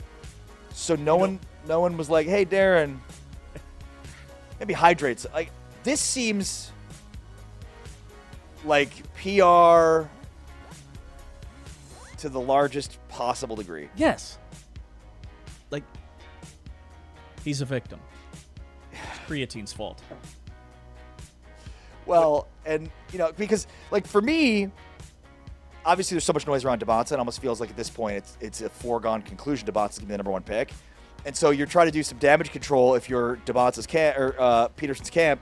And a huge part of it is, well, how do we explain away the fact that, like, he couldn't make it through Bill Self's, like, conditioning, which no other player has had issues with in the history of Bill Self being in Kansas? How do we explain away, like, because there's some red flags here, whether it's justified or not. Like, the mental part of it I get, but also that's a red flag. Sorry, if I'm picking you in this draft, the top overall pick, and you couldn't get over the psychological hump of these cramps, like, that's a legitimate excuse, but also, like, I'm out, and for that reason, I'm out. I'm the same way. All right, so if you're taking creatine, you're lifting, what, 3 or 4 days a week? Yeah. So you should be drinking around 130 ounces of water per day. So if you've got a 24-ounce shaker, that's about, 6 of those a day? I was told there'd be no math. 7 or 8, actually. That's a lot of water. That's a ton of water. That's a lot of water. I can't imagine he's the first guy to go through this conditioning and take creatine. No. There's not a player professionally not taking creatine. Right. I mean, and here's the kicker to me. It feels like this whole PR, like, they're just creating new ways to talk about things associated with Peterson that are like, huh? Like, these are all these things with Peterson are like brand new. Like, oh, he had such debilitating cramps, he had to go to the hospital. Okay, I buy it, but I've never heard that before, ever, from an athlete. Ever. Then he had a mental block. Like, okay, I never heard that from anybody. Just, like, inventing and reinventing excuses and reasons. Totally. Man, am I happy that Darren Peterson isn't on Kansas anymore. Did we ever confirm that Tyron Stokes' Instagram post with the dollars, was that real or was that fake? We have not confirmed. Nor denied. But he's got some dog in him, and I love it. Can't get enough of it. Lot to prove. Give me some Tyron Stokes. Hook it straight into my veins. Yep. Aliens, bro. It's my other this could have been an email.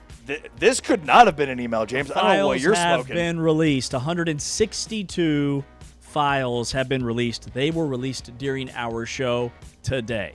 You've been knee-deep in those during the show, too. What have you found out? Oh, there's a lot of stuff, a lot of juicy stuff. I haven't gone through all 162, but I've dabbled, and these are classified files that have been declassified. What did ChatGPT say? Oh, ChatGPT. You haven't hooked it up in a Claude yet? No, I haven't. Twitter's all over it. Jeez. Okay? But yeah, there was an Apollo mission. They saw flying jagged objects that looked like they were from another planet that were very, very questionable at best. But these, like I said, these were just released. Okay, somebody's going to dive into all 162. Ask me in like 3 hours. I'll give you the real dates. Okay. And finally today, and this could have been an email headline, Brian Kelly has become an everyday AI user to prepare for his next coaching opportunity. Yes. What? By the way, I don't know if you guys know this. There are like 350 million Americans. I'd say like 90% of them have become everyday AI users, whether they know it or not. It's so good. Headline: Americans are everyday AI users because you really can't do anything in this world without AI. The best part was him talking about it like he's so far advanced compared to the other coaches because he's using AI. Nothing makes you sound older than saying that. Yeah, I wouldn't lead with that during the job interview process on Brian Kelly. Incredible. All right. Thanks, as always, to our great producers, Anthony Smith with Big 12 Studios. Thanks to David Turner, T-Chains with Tune In. Thanks to James Westling. I am Ari Tepkin. Big 12 Today is back on Monday. But for now, we're out. Peace.